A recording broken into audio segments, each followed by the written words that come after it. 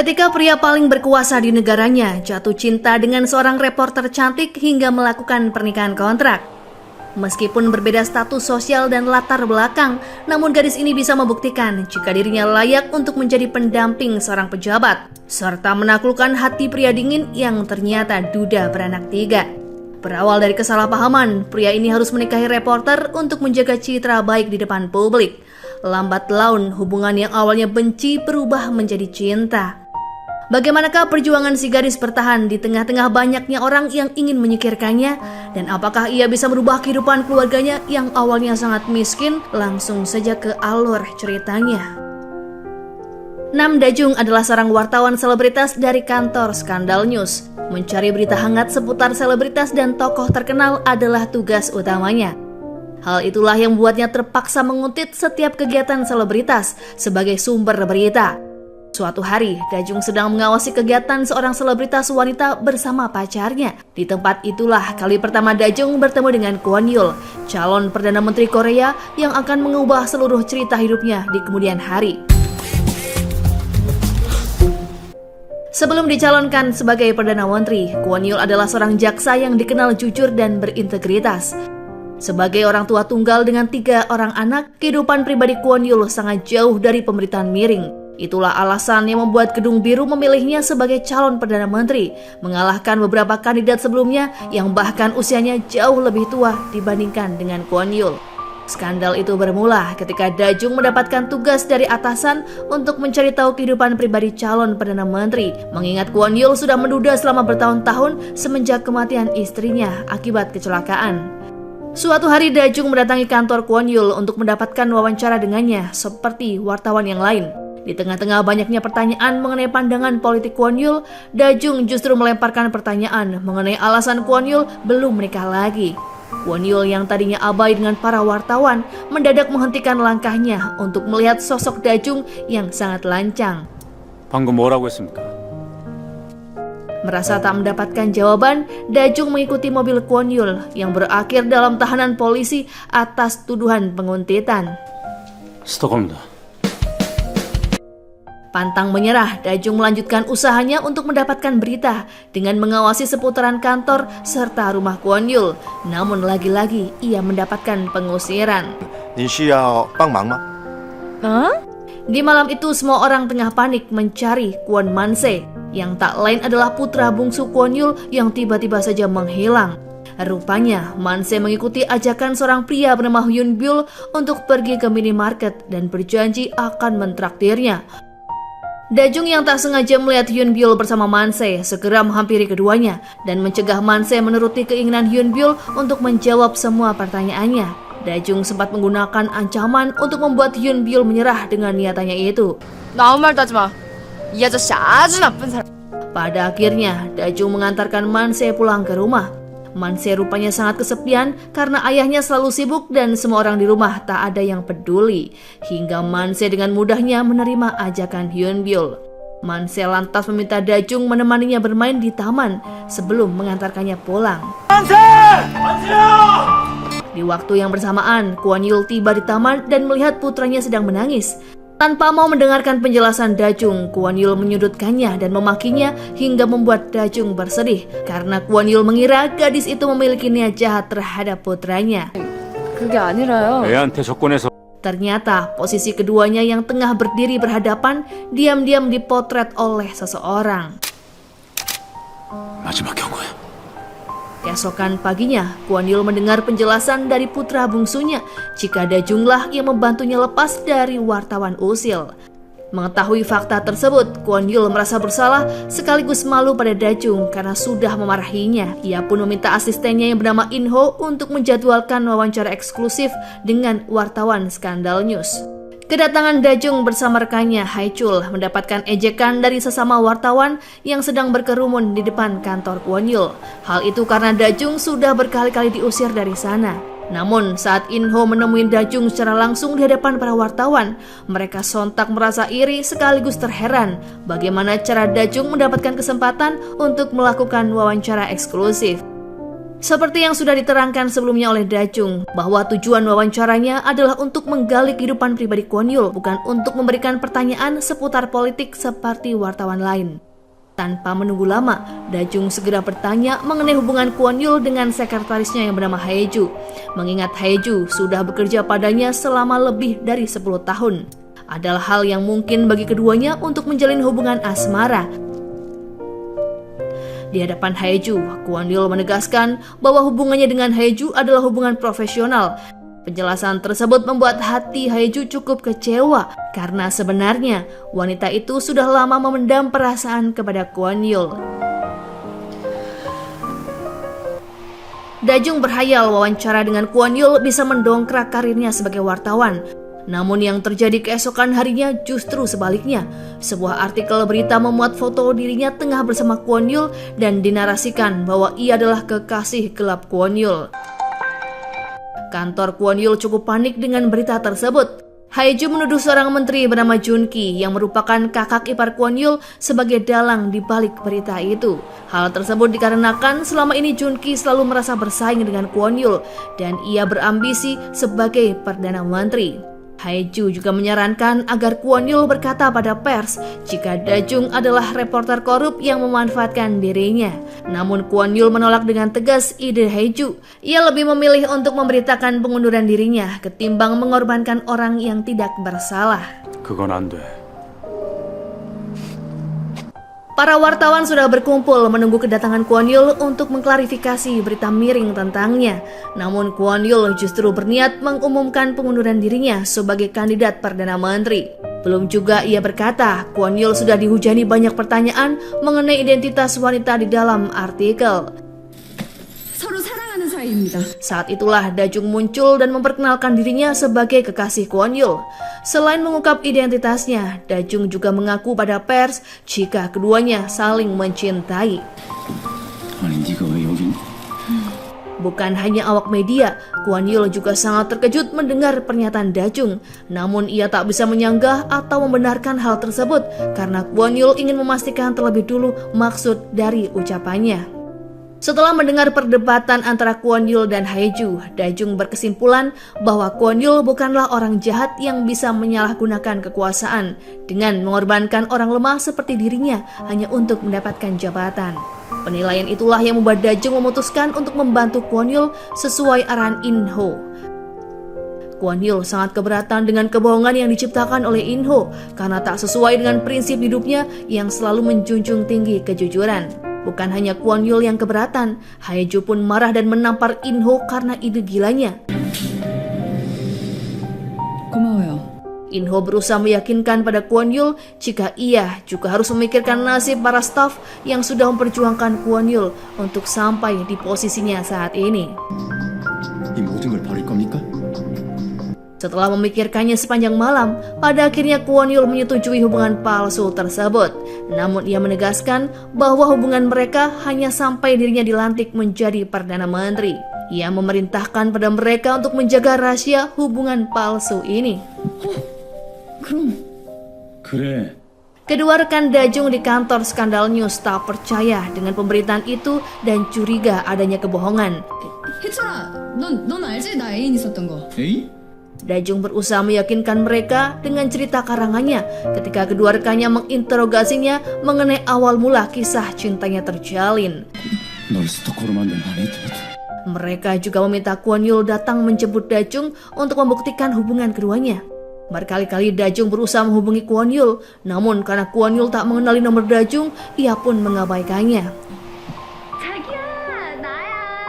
Dajung hanya bisa membisu karena khawatir kebohongannya akan terbongkar.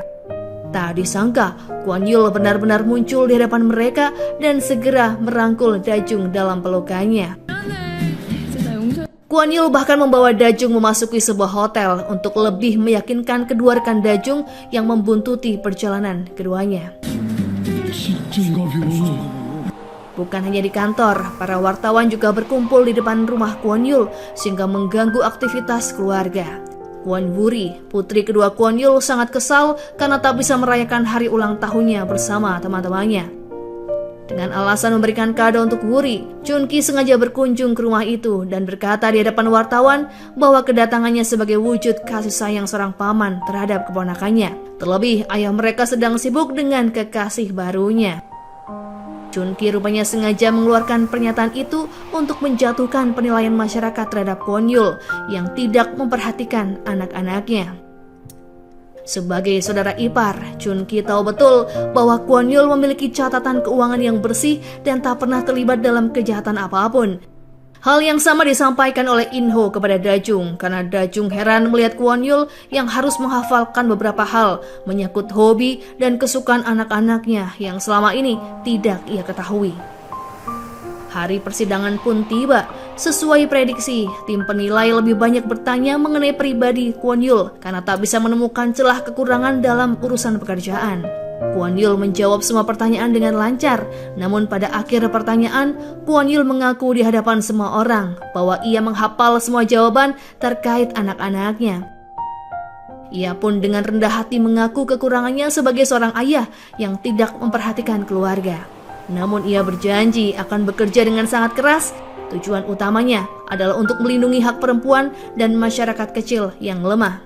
Persidangan itu pun berjalan dengan lancar dan penilaian masyarakat terhadap Kwon Yul seketika meningkat. Selain kepada para staf, Kwon Yul juga berterima kasih pada Da Jung. Jika bukan karena aksi beraninya di hadapan wartawan kala itu, mungkin Kwon Yul tak bisa melangkah sejauh ini.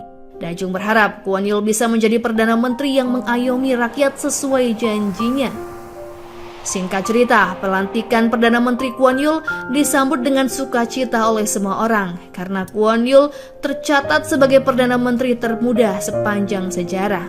Mereka mengadakan perjamuan makan malam bersama para pejabat dan kolega Kwon Yul. Sementara itu, Da Jung rupanya sedang bersama ayahnya di sebuah rumah sakit. Mengetahui putrinya menjalin kekasih dengan seorang Perdana Menteri, ayah Da Jung mendesaknya agar membawa pria itu untuk datang menemuinya. Diketahui ayah Da Jung menderita Alzheimer dan baru-baru ini dokter menghubunginya karena ayahnya kedapatan tak sadarkan diri. Ternyata ayah Da Jung menderita tumor otak dan diperkirakan usianya hanya tinggal 6 bulan lagi. Da Jung sangat terpukul mengetahui hal itu yang melampiaskan kesedihannya dengan minum hingga mabuk. Polisi menghubungi Kwon Yul untuk mengabarkan kepadanya jika mereka menemukan kekasihnya tergeletak di tengah jalan dalam keadaan mabuk berat. Meskipun tak mengerti dengan maksud petugas, namun Kwon Yul tetap datang ke kantor polisi untuk memastikannya. Ia sangat terkejut ketika melihat Da Jung benar ada di sana. Dengan terpaksa, ia membawa Da Jung pergi dari tempat itu. Dalam keadaan mabuk, Da Jung meminta Kwon Yul untuk menikahinya. Ia bahkan memohon sembari bersimpuh pada Kwon Yul. Keesokan harinya, Kwon Yul sedang mengajari anak-anaknya bela diri. Sebagai seorang ayah, Kwon Yul sangat tegas dan disiplin kepada mereka. Ia selalu menekankan agar selalu baik dalam berperilaku, karena perilaku anak-anaknya membawa nama baik sang ayah. Sementara itu, Da Jung baru terbangun dari tidur. Ia terkejut ketika menyadari dirinya sudah ada di rumah Kwon Yul. Dengan mengendap-endap, Da Jung pergi dari kamar tersebut, namun tiba-tiba Kwon Yul sudah ada di belakangnya dan menahan langkahnya.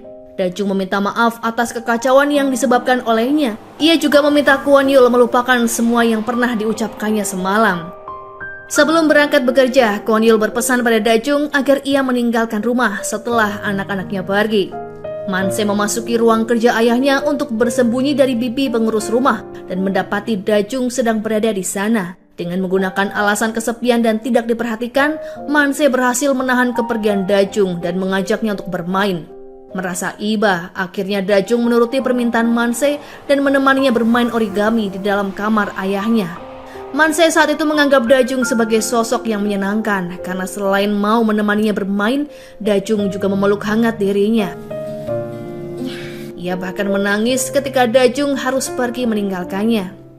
Hari pertama bertugas sebagai Perdana Menteri, Kwon Yul langsung melakukan rapat bersama para bawahan guna membahas rencana kerja dan anggaran tahunan. Tak jarang ia juga melakukan lobi politik bersama para pejabat lain. Bukan hanya di rumahnya saja, Kwon Yul juga bertindak tegas di tempatnya bekerja. Ia tak segan mengancam akan memecat bawahan jika ditemukan selisih anggaran atau kesalahan yang lain. Saat itu Da Jung mendapat pesan dari Kwon Yul untuk segera menemuinya di kediaman resmi. Setibanya di sana, ternyata pesan tersebut dikirimkan oleh Man-se melalui ponsel Kwon Yul. Dalam kesempatan itu, Dajung menceritakan pengalamannya ketika melihat sosok mencurigakan di rumah Kwon Yul tempo hari yang saat itu mengaku sebagai petugas listrik. Mengetahui situasi tersebut, akhirnya Kwon Yul memutuskan agar Dajung menghadiri acara jamuan makan malam demi mengenali wajah penyusup yang kemarin dilihatnya. Kwon Yul terpana ketika melihat penampilan Dajung yang terlihat sangat cantik dan anggun, jauh berbeda dengan penampilannya sehari-hari. Sementara Kwon Yul menyapa para tamu, Dajung duduk bersama istri para menteri. Awalnya istri Junki yang bernama Baekha masih beramat tamah dengan Dajung. Namun Dajung tak bisa membendung jiwa reporternya ketika Baekha mengaku jika dirinya adalah mantan selebritas. Dajung dengan spontan mengungkapkan skandal masa lalu Baekha di hadapan istri para menteri lainnya. Hal itu membuat Baekha marah dan terganggu dengan sosok Dajung. Terlebih Dajung mengaku akan segera menikahi Kwon Yul, yang berarti ia akan selalu bertemu dengannya di setiap momen resmi mereka.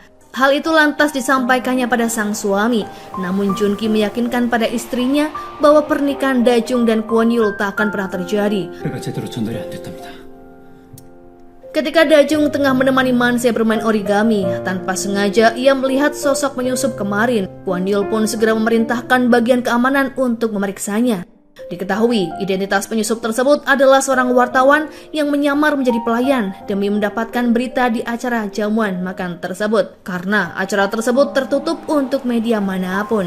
Disebabkan tak memiliki cukup bukti, Kwon Yul memilih membiarkan wartawan itu pergi begitu saja. Sebelum meninggalkan ruangan, Kwon Yul menanyakan alasan Dajung mengumumkan berita pernikahan mereka di hadapan istri para menteri. Akhirnya Dajung memberanikan diri meminta Kwon Yul untuk menikah dengannya.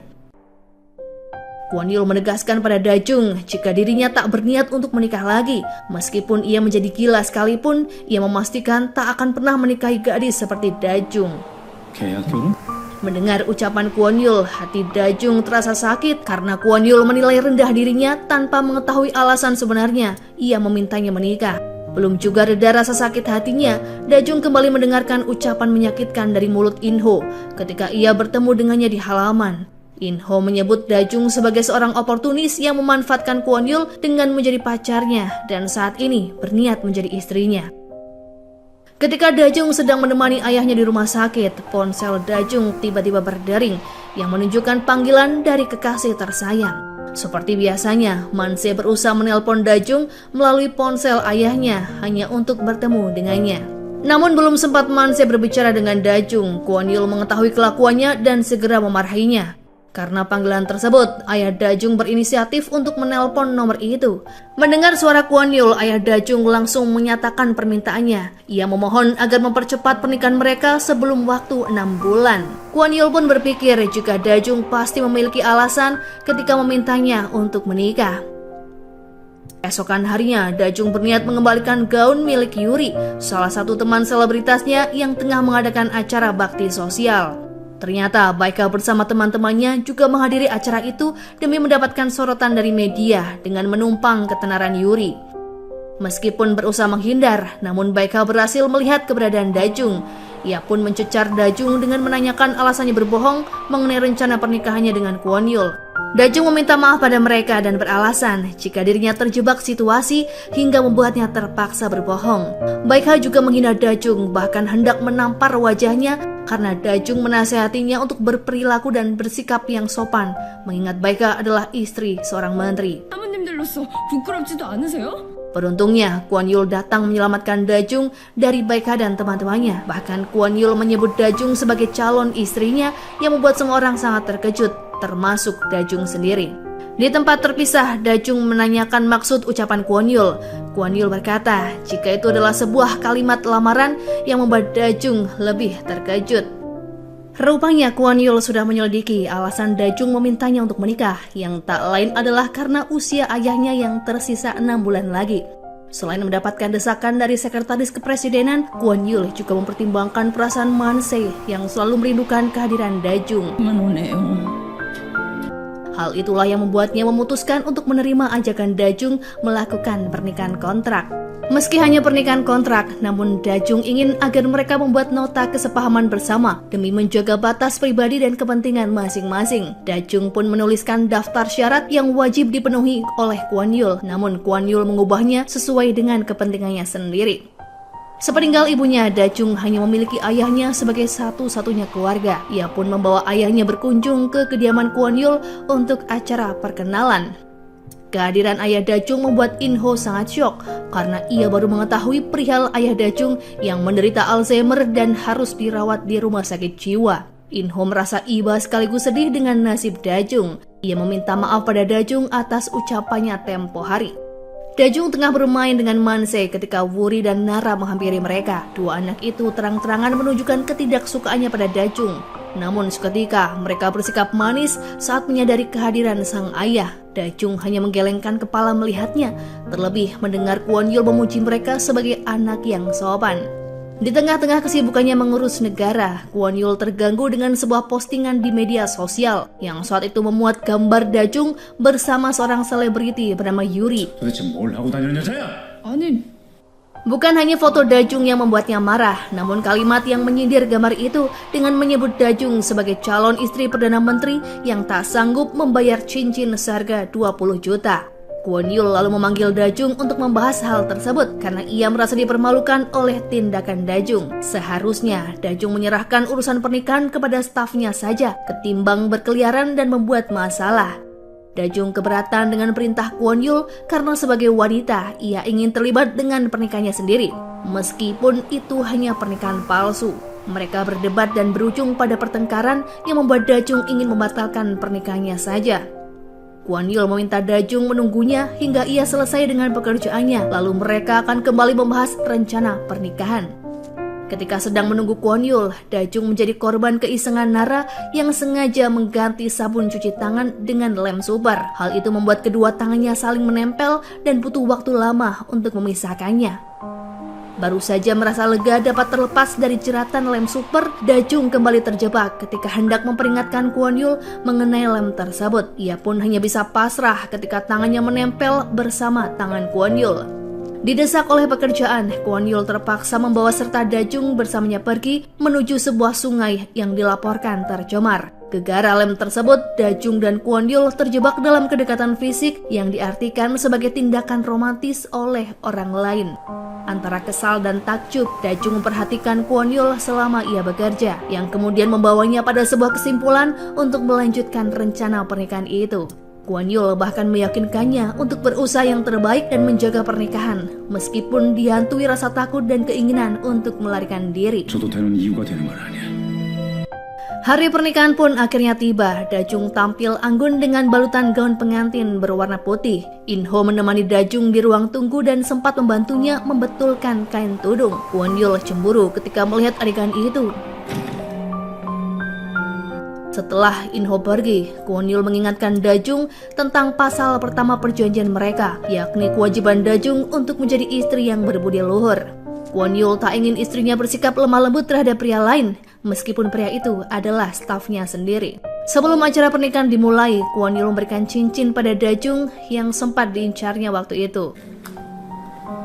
Masih menunggu kedatangan sang ayah, tiba-tiba Dajung teringat pada warna putih gaunnya. Setiap kali ayahnya melihat seorang wanita mengenakan pakaian berwarna putih, maka ayahnya akan menganggap wanita itu sebagai istrinya. Seperti saat dokter wanita di rumah sakit yang merawat ayah Dajung selama ini. Dan benar saja, ketika ayah Dajung melihatnya, ia langsung mengenali Dajung sebagai istrinya. 아빠가 나한테 이러면 안 되지. Dajung menangis sedih karena ayahnya melupakan keinginannya sendiri untuk mengantarkannya menuju altar pernikahan. Setelah menenangkan diri, Dajung siap melangkah menuju altar tanpa ayahnya. Namun, salju pertama di musim dingin turun di hari pernikahan yang membawa keajaiban bagi ayah Dajung untuk mendapatkan kembali ingatannya. Ia lalu bergegas mendatangi Dajung untuk mengantarkannya pada upacara pernikahan. Haiju menerima undangan Junki untuk minum dengannya. Ia datang bukan sebagai staf Perdana Menteri, melainkan sebagai teman satu alumni. Junki merasa mereka berdua bisa saling menghibur, mengingat mereka memiliki kekecewaan yang sama terhadap pernikahan Kwon Yul dan Dajung. Meski adiknya sudah lama meninggal, namun Junki menganggap Kwon Yul mengkhianatinya dengan melangsungkan pernikahan kedua. Sementara Haeju tak dapat menekan rasa kecewanya meski ia mengetahui pernikahan itu adalah palsu. Selama ini hubungan keduanya tidaklah terlalu dekat, namun Haeju, Kwon Yul dan Junki adalah teman semasa kuliah. Bagi Haeju, keberadaan Kwon Yul lebih daripada sekedar teman karena ia memendam perasaan pada Kwon Yul yang jatuh cinta kepada adik Junki. Setelah 20 tahun setia mendampingi Kwon Yul, Haeju hanya berakhir sebagai sekretarisnya saja.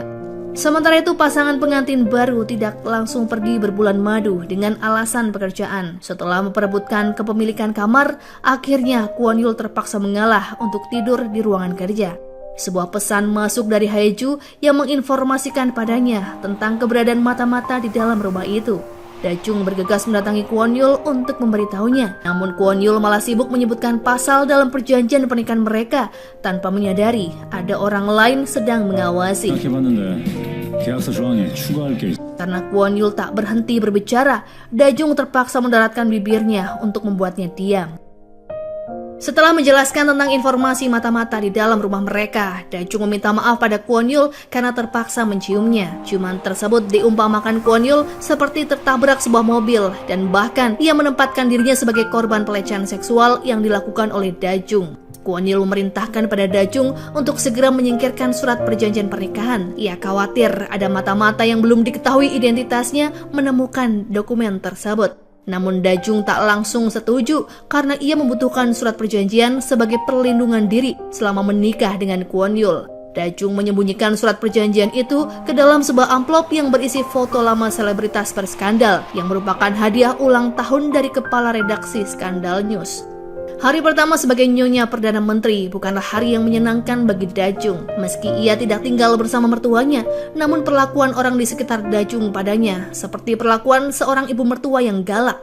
Bibi pengurus rumah cenderung bersikap ketus padanya. Sekretaris Haeju juga sering memarahinya karena hal yang sepele, serta putri tirinya yang bernama Nara selalu menyulitkannya. Meskipun begitu, Dajung tetap menunjukkan perhatian dan kasih sayangnya pada ketiga anak Kwon Yul. Ia bahkan membela mereka yang terkena omel dari ayahnya ketika sarapan bersama. Selain menemani Manse bermain, Dajung juga membantu Wuri ketika ia pulang tengah malam dengan aroma miras di tubuhnya. Menginjak usia pubertas, Dajung sangat mengerti kebutuhan Wuri akan kasih sayang dan perhatian lebih yang tak pernah ia dapatkan dari ayahnya sendiri. Kwon Yul hanya fokus mendisiplinkan anak-anaknya alih-alih memberikan mereka perhatian.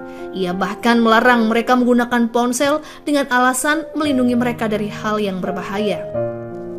Sebagai seorang istri Perdana Menteri, Dajung harus mendampingi suaminya di setiap acara resmi kenegaraan. Hari itu mereka bertugas untuk menjamu putra mahkota dan menteri luar negeri, kata Lucia. Kwon Yul takjub melihat penampilan Dajung berbahasa Spanyol dan bisa menempatkan dirinya dengan baik. Tanpa sepengetahuan Kwon Yul, Dajung ternyata mendapatkan bantuan dari In-ho dengan menggunakan alat penyeranta di telinganya untuk mendengarkan instruksi dan arahan In-ho selama acara berlangsung. Sementara kedua orang tuanya sibuk dengan urusan mereka, Manse yang merasa bosan memasuki kamar ayahnya dan mengobrak-ngabrik barang-barang milik Dajung. Tak hanya sampai di situ, Manse juga membagikan katak origaminya kepada setiap orang, salah satunya kepada bibinya sendiri yang bernama Baekha yang turut menghadiri acara jamuan itu. Baekha senang menerima origami tersebut dan berniat memberikannya pada Junki. Namun ia tak dapat menyembunyikan kekesalannya ketika mengetahui Junki pergi bersama Haeju saat acara jamuan itu masih berlangsung. Dengan alasan memeriksa tugas yang diberikan Perdana Menteri padanya, Haeju bersedia pergi bersama Junki ke kantornya. Dalam pembicaraan mereka, Junki menegaskan bahwa dirinya mengetahui tindakan Haeju ketika terakhir kali mereka minum bersama dan memeriksa ponsel pribadinya. Haeju tak dapat menyangkal tuduhan itu, namun Junki merasa jengkel karena ia ketahuan menggunakan tanggal lahir Haeju sebagai kode sandi ponselnya. Selain berarti sebagai tanggal ulang tahun Haeju, angka tersebut juga merupakan hari ketika Haeju menolak lamarannya. Meskipun masih sakit hati dengan penolakan itu, namun Junki bersedia melepaskan segalanya jika Haeju datang padanya. Dan lagi-lagi Haeju kembali menolak Junki. Mengetahui tindakan Haeju dalam mendapatkan informasi mengenai mata-mata di rumahnya, Kwon Yul menegurnya dan menyatakan keberatan jika Haeju menggunakan cara licik untuk membantunya. Ia rupanya tak ingin Haeju terkena masalah suatu saat nanti. Setelah mencari kemana-mana, Dajung belum juga menemukan surat perjanjian pernikahan yang dimainkan oleh Manse. Khawatir terkena marah Kwon Yul, ia menyembunyikan kecerobohannya itu. Ia nekat mendatangi rumah Junki hanya untuk memeriksa origami katak buatan Manse yang diberikan padanya. Baekha sangat senang mendengar sanjungan Dajung yang mau merendahkan diri dan berkunjung ke rumahnya, mengingat status Dajung sebagai istri Perdana Menteri. Ia memuji dekorasi rumahnya dan Dajung menggunakan alasan itu untuk berkeliling rumah mencari origami yang dimaksud. Saat itu, Dajung sibuk mencari di dalam kamar ketika Junki memergokinya. Bukan hanya dimarahi oleh Junki, namun Dajung juga mendapatkan omelan dari Kwon Yul. Ia sangat murka dengan tindakan Dajung yang pergi ke rumah iparnya, mengingat hubungan Kwon Yul dengan Junki tidak berjalan dengan baik setelah istrinya meninggal.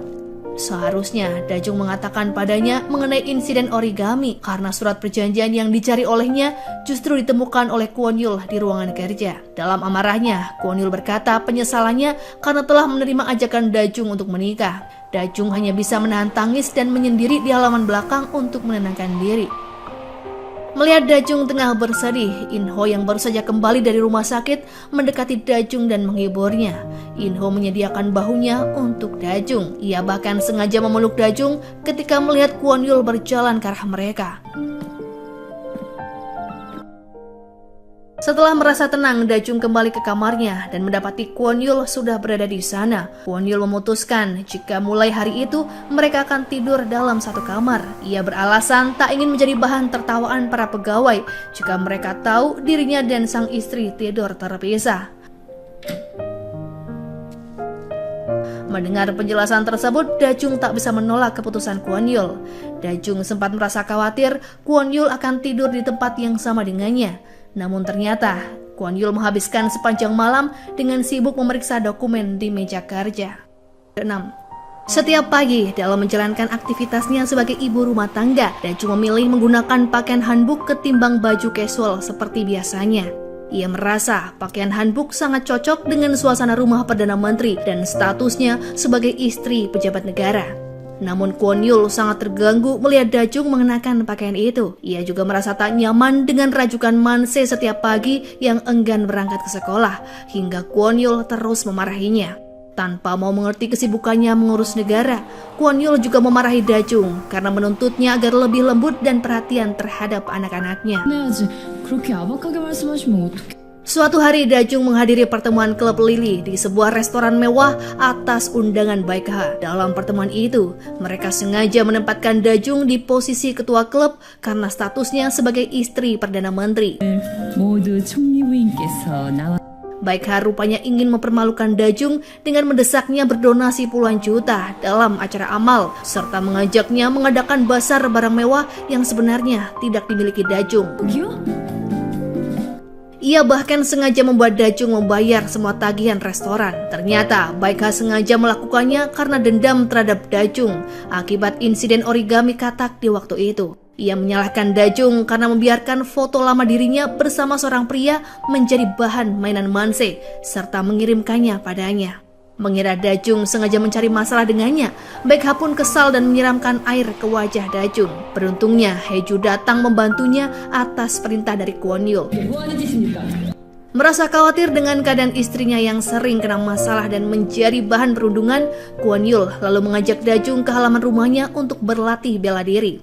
Ia menekankan pada Dajung agar bisa melindungi dirinya sendiri dengan melawan atau mencari solusi dari setiap masalah yang dihadapinya, alih-alih mengandalkan bantuan dari dirinya secara terus-menerus. Selain mengkhawatirkan keseharian Dajung, Kwon Yul juga khawatir terhadap hubungan Dajung dengan In-ho. Untuk memastikannya, ia menanyakan perasaan In-ho terhadap Dajung. Apalagi setelah melihat mereka sempat berpelukan. Kwon Yul juga mengingatkan In-ho agar bisa menempatkan diri demi terjauh dari skandal, mengingat status Dajung kini sebagai istrinya. Pihak sekolah menghubungi Dajung untuk membicarakan masalah Manse di sekolah. Selain sering membolos, Man-se juga cenderung menyendiri dan menolak bergabung dengan teman-temannya, terutama dalam sebuah acara pertunjukan di malam Natal nanti. Man-se tak ingin terlibat dalam pertunjukan karena mengetahui ayahnya tak akan pernah datang untuk menontonnya. Bukan hanya Man-se yang bermasalah, di malam itu Wuri pulang dengan wajah lebam dan bibir berdarah akibat perkelahian. Melihat anaknya seperti itu, Kwon Yul pun marah dan bertanya alasan apakah yang membuat Wuri berkelahi. Saudara sepupunya yang bernama Hyun Seo terlihat mengejek karena ia memiliki ibu tiri yang masih sangat muda. Namun bukan ejekan itu yang membuatnya marah, melainkan sikap Kwon Yul yang seolah sudah melupakan ibunya dengan kembali menikah. 부터 저한테 이렇게 관심이 많았어요? Dajung yang diam-diam mendengarkan pembicaraan mereka lalu menasihati Kwon Yul agar bisa mengatur kesibukannya demi memperhatikan perkembangan psikologis anak-anak. Terlebih mereka masih sangat membutuhkan kasih sayang dan perhatian ayahnya, terutama Man-se yang masih haus akan pelukan. Di sebuah restoran cepat saji, Dajung mengundang para anggota klub Lily untuk kembali membahas acara amal. Berbekal perlengkapan kerajinan boneka, Dajung memerintahkan kepada setiap anggota klub untuk membuat 50 boneka dengan tangan mereka yang akan disumbangkan pada anak disabilitas. Bahkan Dajung sengaja mengundang rekan wartawan untuk meliput pertemuan itu dan membuat Baekha serta kawan-kawannya tak bisa berkutik apalagi menolak perintah Dajung. Hari itu Kwon Yul minta Haiju untuk mempersingkat semua jadwal kunjungan demi bisa menghadiri pertunjukan Natal di sekolah Man-se. Saat Haiju melaporkan padanya bahwa ia sudah menyiapkan kado Natal untuk anak-anak, Kwon Yul lalu memintanya agar berhenti melakukan hal tersebut karena mulai saat ini tugas itu sudah menjadi tanggung jawab Dajung. Semua orang sudah siap berangkat ke acara pertunjukan Man-se, namun Kwon Yul terhalang karena tiba-tiba ada kunjungan presiden ke kantornya. Wuri dan Nara bahkan berani bertaruh apakah ayahnya benar akan hadir dalam acara tersebut. Namun Kwon Yul sudah bertekad akan memenuhi janjinya pada Man-se sehingga ia berani menolak ajakan presiden untuk makan malam dengannya. 죄송합니다. Terjebak dalam kemacetan panjang, Dajung kesal pada Kwon Yul karena tak memanfaatkan fasilitas negara dengan memblokir jalanan. Kwon Yul beralasan fasilitas itu hanya digunakan untuk sesuatu hal yang penting, bukan untuk acara keluarga. Pada akhirnya, sesuai arahan In-ho, mereka menggunakan kereta bawah tanah untuk mempercepat perjalanan menuju sekolah Man-se. Dan kehadiran mereka pun menjadi pusat perhatian masyarakat. Acara pertunjukan di sekolah Man-se sudah hampir usai, namun Man-se belum melihat kedatangan Dajung dan ayahnya. Man-se hanya berdiri mematung sembari menangis, alih-alih melakukan gerak tari dan lagu. Setelah melalui perjalanan yang berliku, akhirnya Kwon Yul dan Dajung berhasil tiba di sekolah sebelum pertunjukan usai. Semua anggota keluarga merasa lega dan gembira karena ayah mereka berhasil menepati janji. Malam Natal itu menjadi malam Natal pertama Dajung bersama keluarga barunya. Bukan hanya untuk keluarganya, Dajung juga memberikan kado Natal untuk semua pegawai berupa dasi berwarna merah. Man-se sangat senang menerima boneka katak sebagai kado Natalnya. Wuri dan Nara juga menyukai kado Natal mereka, tak terkecuali Bibi pengurus rumah yang selalu ketus pada Dajung. Ia pun terlihat gembira menerima kado. Teringat pada cerita In-ho yang kerap bermain catur dengan kakaknya. Sebelum kakaknya sakit, Dajung pun memberikan kado berupa papan catur pada In-ho. Kwon Yul sebagai kepala keluarga melakukan protes pada Dajung karena hanya ia seorang yang belum mendapatkan kado. Rupanya Dajung sudah menyiapkan kado Natal berupa buku dongeng yang akan dibacakannya untuk mengantar Kwon Yul tidur. Ia rupanya menyadari Kwon Yul selalu sibuk pada pekerjaannya di setiap malam. Dajung berkesimpulan suaminya mengalami insomnia. Ia pun berinisiatif membacakan dongeng untuk membantu suaminya tertidur. Dajung membacakan buku berjudul 1001 Malam bersama Kwon Yul yang berbaring di sampingnya. Belum juga Kwon Yul terbawa rasa kantuk, Dajung malah sudah terlebih dulu lelap dalam tidur. Kwon Yul merasa geli dengan tingkah Dajung yang terkadang lucu dan menyebalkan. Ia pun membantu Dajung membetulkan posisi tidurnya hingga nyaman yang berujung pada kesalahpahaman dan perdebatan. Pagi itu Junki melihat salju turun dengan lebat menutupi seluruh permukaan yang membuatnya teringat pada Haiju. Pada malam Natal mereka tak sengaja bertemu dan berbincang dengan santai satu sama lain tanpa beban perasaan seperti biasanya. Meski selalu menjauhinya, namun Junki meminta pada Haeju agar tidak lagi membenci karena Junki tak bisa menyingkirkan Haeju dari hatinya meskipun Haeju selalu mengabaikan perasaannya. Tanpa sepengetahuan Perdana Menteri, Junki mengadakan pertemuan dengan beberapa anggota menteri untuk menggagalkan rapat kabinet yang seharusnya digelar di hari itu. Ia rupanya ingin mempermalukan Kwon Yul sebagai pimpinan rapat sehingga menurunkan kredibilitasnya di mata publik, mengingat rapat kabinet selalu dihadiri oleh wartawan dari seluruh negeri. Sementara itu, kantor Perdana Menteri tengah dilanda panik dengan banyaknya kursi menteri yang kosong pada rapat. Mereka berusaha menyelesaikan masalah itu sebelum kehadiran Perdana Menteri. In-ho pun menghubungi Da-jung untuk meminta bantuannya dan mengulur waktu bagi Kwon Yul sebelum pergi. Dalam usahanya mengulur waktu bagi Kwon Yul, Da-jung kembali bertingkah konyol hingga menimbulkan kesalahpahaman di mata bibi pengurus rumah yang tak sengaja melihat keduanya. Namun Da-jung tak bisa terlalu lama menahan Kwon Yul dan akhirnya membiarkannya pergi tanpa tahu apa yang sebenarnya terjadi. Da-jung pun kembali pada aktivitasnya mengurus rumah dan memeriksa anak-anak demi mengerjakan jurnal harian sesuai perintah Kwon Yul. Setelah dikecewakan oleh para bawahannya dengan mempermalukan dirinya di hadapan semua media, Kwon Yul memilih untuk kembali ke rumah dan beristirahat. Setibanya di rumah, ia mendengar suara piano yang membuatnya merasakan kembali kehadiran mantan istrinya. Kwon Yul mengikuti suara piano itu dan terkejut ketika melihat Da-jung yang sedang memainkannya bersama Nara dan Manse. Kedua anak itu seketika panik melihat kedatangan ayahnya dan segera pergi tanpa menjelaskan bahwa Nara yang membuka pintu kamar itu. Mereka berdua tak ingin kena marah sang ayah karena semenjak kematian istrinya, Kwon Yul melarang siapapun memasuki ruangan tersebut dan menguncinya dengan rapat. Melihat ketakutan anak-anak, Da-jung pun mempersiapkan diri untuk menerima semburan amarah dari Kwon Yul. Tak disangka, Kwon Yul hanya membiarkannya begitu saja, alih-alih menaruh emosi. Melihat Da-jung memainkan piano bersama anak-anak mereka, Kwon Yul seperti melihat mendiang mantan istri berada di sana dan tersenyum padanya. Setelah mengetahui hari berat yang dilalui oleh Kwon Yul, Da-jung mengajak suaminya pergi minum bersama untuk menghiburnya. Bersama para pengawal, mereka pergi ke kedai minum rumahan, tempat biasa yang dikunjungi Da-jung. Merasa Da-jung sudah banyak berbuat baik padanya dan anak-anak, Kwon Yul bertanya pada Da-jung apa yang bisa ia lakukan untuk membalas semua kebaikan itu. Da-jung hanya menginginkan agar Kwon Yul berhenti menyuruhnya untuk mengerjakan jurnal harian. Di tengah obrolan mereka, Da-jung melihat rekan wartawan dari Skandal News sedang berada di tempat yang sama. Mereka pun bergegas menyelinap pergi, namun para wartawan itu menyadari keberadaan mereka dan bergegas mengejar keduanya. Aksi kejar-kejaran pun terjadi yang membuat Kwon Yul menggandeng tangan Da-jung sepanjang pelarian untuk melepaskan diri dari wartawan. Di malam itu, pertama kalinya Da-jung melihat senyum Kwon Yul dan ia meminta Kwon Yul untuk lebih sering tersenyum ketimbang bertingkah serius dan otoriter. Sayangnya keakraban mereka berdua kembali berakhir dengan pertengkaran sebelum tidur yang membuat Da-jung akhirnya pindah ke kamar Manse. Meskipun berada di kamar terpisah, namun pikiran keduanya saling bertautan dengan membayangkan wajah masing-masing.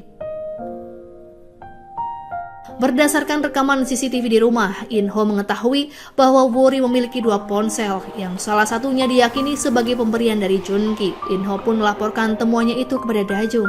Setelah mendengar pengakuan Wori perihal ponsel, Da-jung menegaskan padanya bahwa yang dilakukan olehnya adalah sebuah kesalahan. Da-jung mengabaikan fakta tentang Wori yang diam-diam bermain band, namun ia tak bisa membiarkan Wori menjadi mata-mata suruhan Junki. 너 이러면 안 돼.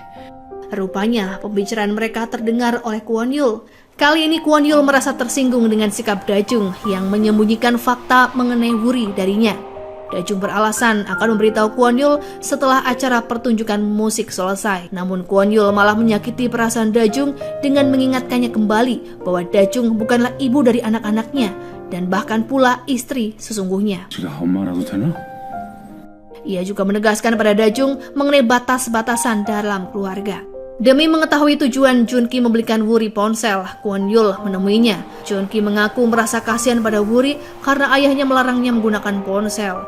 Bahkan Kwon Yul tak menyadari bakat bermusik yang dimiliki oleh anaknya, sehingga Junki menyewakan studio musik dan membelikannya gitar untuk Wuri. Hal itu dilakukannya karena kasih sayangnya sebagai paman, dan tentu saja hal itu membuat Kwon Yul merasa malu karena ia tak memperhatikan anak-anaknya melebihi perhatian paman kepada mereka. Hari itu, Junki berencana mengantar Wuri ke acara pertunjukan musik dan menonton penampilan Wuri. Kwon Yul lebih terkejut lagi mendengarnya karena ternyata ia tak mengetahui apa-apa mengenai putranya sendiri. Alih-alih tenggelam dalam kesedihan, Dajung mendatangi Wuri di tempat latihan untuk meyakinkannya agar bersedia pulang karena Dajung mengetahui rencana Wuri yang kabur setelah acara pertunjukan musik. Namun Wuri menolak bujukan Dajung dan melarangnya ikut campur dalam urusannya karena ia bukanlah ibu kandungnya. 뭔데 참견이야. Dalam keadaan marah, Wuri berlari meninggalkan Dajung dan ia pun mengejarnya. Karena kecerobohannya tak memperhatikan lampu lalu lintas, Dajung hampir tertabrak oleh sebuah truk. Beruntungnya, Kwon Yul datang tepat waktu dan menyelamatkannya dari celaka. Namun hal itu membuat tangannya terkilir. Ketika Haeju sedang mengadakan jumpa pers terkait perayaan tahun baru, berita kecelakaan Perdana Menteri sampai padanya dan seketika mengejutkan semua orang. Selain Haeju, para wartawan juga bergegas menuju rumah sakit untuk meliput peristiwa tersebut. Setelah memastikan kondisi Kwon Yul, Haeju merasa lega karena Kwon Yul hanya terkilir. Ia sekaligus merasa kesal pada Dajung karena dirinya yang menyebabkan Kwon Yul cedera. Dajung merasa terganggu dengan sikap Haeju yang posesif terhadap Kwon Yul. Namun Haeju tak bisa berbuat apa-apa ketika Dajung dan Kwon Yul tampil di depan masyarakat karena Dajunglah yang menjadi istri sah Perdana Menteri. Seperti ketika saat mereka akan keluar dari rumah sakit di hadapan pers yang sudah menunggu, Kwon Yul pun merangkul pundak istrinya untuk membantunya berjalan. Setibanya di rumah, Dajung berniat membantu Kwon Yul berganti pakaian, mengingat tangan Kwon Yul yang masih mengalami cedera. Namun lagi-lagi mereka bertengkar karena kesalahpahaman dan saling menuduh dengan pikiran mesum dan cabul. Padahal sebelumnya, ketika mereka berada di kamar rumah sakit, Kwon Yul sudah menunjukkan kelembutan hatinya dan meminta maaf pada Dajung terkait ucapannya baru-baru ini. Ia juga berterima kasih atas usaha Dajung untuk memperhatikan dirinya dan anak-anak. Pada akhirnya Kwon Yul mengerti bahwa apa yang dilakukan oleh Dajung adalah caranya memenuhi kewajiban sebagai seorang istri sesuai dengan perjanjian pernikahan mereka. Seperti halnya yang dilakukan oleh Kwon Yul ketika menyelamatkan Dajung, yakni memenuhi kewajibannya sebagai seorang suami. Sebenarnya keduanya mulai bergantung satu sama lain, namun mereka sama-sama tak menyadarinya. Hal itu pun terlihat jelas ketika Kwon Yul ditinggal pergi oleh Dajung untuk mengunjungi ayahnya di rumah sakit. Setelah pertemuan dengan presiden, Kwon Yul sengaja bergegas pulang demi momen berkumpul bersama keluarganya di akhir pekan. Namun ia kecewa karena menyadari ketidakhadiran Dajung di meja makan. Meskipun begitu, Kwon Yul selalu teringat kebiasaan Dajung di meja makan. Dan tanpa disadarinya, ia bertingkah seperti orang gila yang sedang berbicara sendiri. 총리님 요즘 너무 피곤해 보여. Untuk meredam kegelisahannya karena menunggu Dajung yang tak kunjung pulang, Kwon Yul menghabiskan waktunya dengan menjahit boneka seperti yang biasa dilakukan oleh Dajung. Hingga malam hari, Dajung belum juga terlihat. Ia pun menunggunya dengan berdiri di luar rumah bersama Manse. Sementara kehadirannya yang sedang dinanti oleh orang rumah, Dajung justru asik bermain salju bersama In-ho. Mengetahui Dajung biasa mengunjungi ayahnya setiap akhir pekan, In-ho sengaja mengajak Dajung pergi bersamanya. Karena ia juga berniat menjenguk kakaknya di rumah sakit yang sama. In-ho juga menemani Dajung mengobrol dengan sang ayah. Ayah Dajung melaporkan padanya tentang seseorang yang datang dan menanyainya tentang Kwon Yul serta Dajung. Dajung menduga hal tersebut dilakukan oleh para wartawan Skandal News. Byun-hul juga membuntuti Dajung ke rumah sakit dan diam-diam memotret kebersamaannya dengan In-ho. Setelah ketahuan mengajak Manse pergi demi mendapatkan informasi, kantor Byun-hul mendapatkan teguran keras dari Perdana Menteri yang berujung pada pemecatannya. Berbekal dendam pada Dajung dan Kwon Yul, ia pun mendekati Junki untuk mendapatkan keuntungan dari persaingan mereka. Junki dengan terbuka menerima penawaran Byun-hul dan ia memerintahkannya untuk mencari celah dalam pernikahan Kwon Yul. Bukan hanya menerima penawaran Byun-hul, Junki juga menyambut terbuka kedatangan In-ho padanya. Dengan sebuah alasan pribadi yang tak ingin diungkapkannya, In-ho bergabung dengan Junki untuk menjatuhkan Kwon Yul. Rupanya, In-ho memiliki dendam pada Kwon Yul dan sengaja mendekati pria itu dengan menjadi stafnya. Sebenarnya, In-ho sudah memberikan sedikit petunjuk mengenai kebenciannya pada Kwon Yul. Di hadapan Haeju dan Dajung, In-ho menceritakan tentang kakaknya yang mengalami kecelakaan 7 tahun yang lalu ketika akan menemui kekasihnya. Peristiwa itu pun merenggut nyawa kekasih kakaknya yang membuat kakaknya mengalami kelumpuhan. Dengan ekspresi yang penuh kebencian, In-ho berkata jika dirinya masih mengingat hari itu dan menyesal karena membiarkan kakaknya pergi untuk menemui wanita tersebut. Rupanya wanita yang sedang dibicarakan In-ho tak lain adalah mendiang istri Kwon Yul. Beberapa waktu sebelumnya, Kwon Yul menemui presiden untuk meminta persetujuan peninjauan ulang proyek pelabuhan yang melibatkan perusahaan ayah mertua Joon-ki. Perusahaan mertua Joon-ki cukup berpengaruh dalam keuangan nasional sehingga membuat presiden ragu. Meski pada akhirnya presiden setuju dengan permintaan itu. Kesal karena keputusan presiden, Joon-ki sengaja menemui presiden untuk menghembuskan kabar mengenai tingkat popularitas Perdana Menteri yang mengungguli presidennya sendiri. Apalagi akhir-akhir ini, media massa lebih sering memberitakan kunjungan Perdana Menteri alih-alih kunjungan presiden. Dalam rangka merayakan kegembiraan atas persetujuan presiden, Kwon Yul mengundang Haeju dan In-ho ke rumahnya untuk minum bersama. Dalam kesempatan itu, Kwon Yul menanyakan keinginan mereka di tahun baru. Dajung dengan polosnya berkata, ia ingin terbebas dari jurnal harian. Dan Haeju dengan jelas menyatakan keinginannya agar pernikahan kontrak antara Kwon Yul dan Dajung segera berakhir. Ia beralasan keduanya membutuhkan kehidupan masing-masing yang benar-benar nyata. Mendengar hal tersebut, baik Dajung dan Kwon Yul menunjukkan ekspresi yang tak nyaman. Sementara In-ho berniat menyatakan cinta pada wanita yang ia sukai. Haeju kesal melihat perhatian Kwon Yul kepada Dajung. Di ruangan terpisah, Haeju menegaskan pada Dajung agar tak terbawa perasaan dalam menjalani kehidupan pernikahan kontraknya karena Kwon Yul tak akan pernah bisa melupakan mendiang istri. 존경 이상의 감정을 갖게 될까 봐. Selepas kepergian Haeju dan In-ho, Dajung berusaha menyingkirkan beban di hatinya dengan minum seorang diri hingga tertidur. Selain karena ucapan Haeju, Dajung juga sangat terganggu dengan pernyataan cinta In-ho padanya. Ia tak menyangka wanita yang dimaksud In-ho adalah dirinya. Hari itu kediaman Perdana Menteri mengadakan konferensi pers tahun baru. Semua persiapan sudah selesai, termasuk Perdana Menteri sendiri yang sudah siap tampil menjumpai awak media. Berbeda dengan Dajung yang masih terbaring lemas di tempat tidur akibat mabuk semalam. Mulanya Kwon Yul memaksa Dajung untuk mendampinginya, namun setelah melihat keadaan Dajung yang kurang sehat, Kwon Yul tak ingin Dajung memaksakan diri. Demi nama baik Kwon Yul, Dajung pun tetap berusaha tampil untuk mendampingi sang suami. Acara konferensi pers tersebut dihadiri oleh semua awak media, termasuk 2 wartawan dari Skandal News dan juga wartawan usil yang tak lain adalah Yoon Byul. Yoon Byul rupanya membawa foto Dajung bersama In-ho. Ia sesumbar pada rekan-rekannya akan mengungkap sebuah skandal besar di acara tersebut. Sementara itu, kepala redaksi Skandal News berencana akan mengerjai Dajung dengan memberikannya minuman yang sudah diberi cairan pencahar. Ia merasa kesal kepada Dajung karena kali terakhir pertemuan mereka, Dajung tak mau bekerja sama dengannya dan dinilai sangat sombong. Namun tak disangka, minuman itu justru ditenggak oleh Yoon Byul yang mengakibatkan rencana sesumbarnya gagal total karena ia harus bolak-balik ke kamar mandi dan melewatkan sesi wawancara.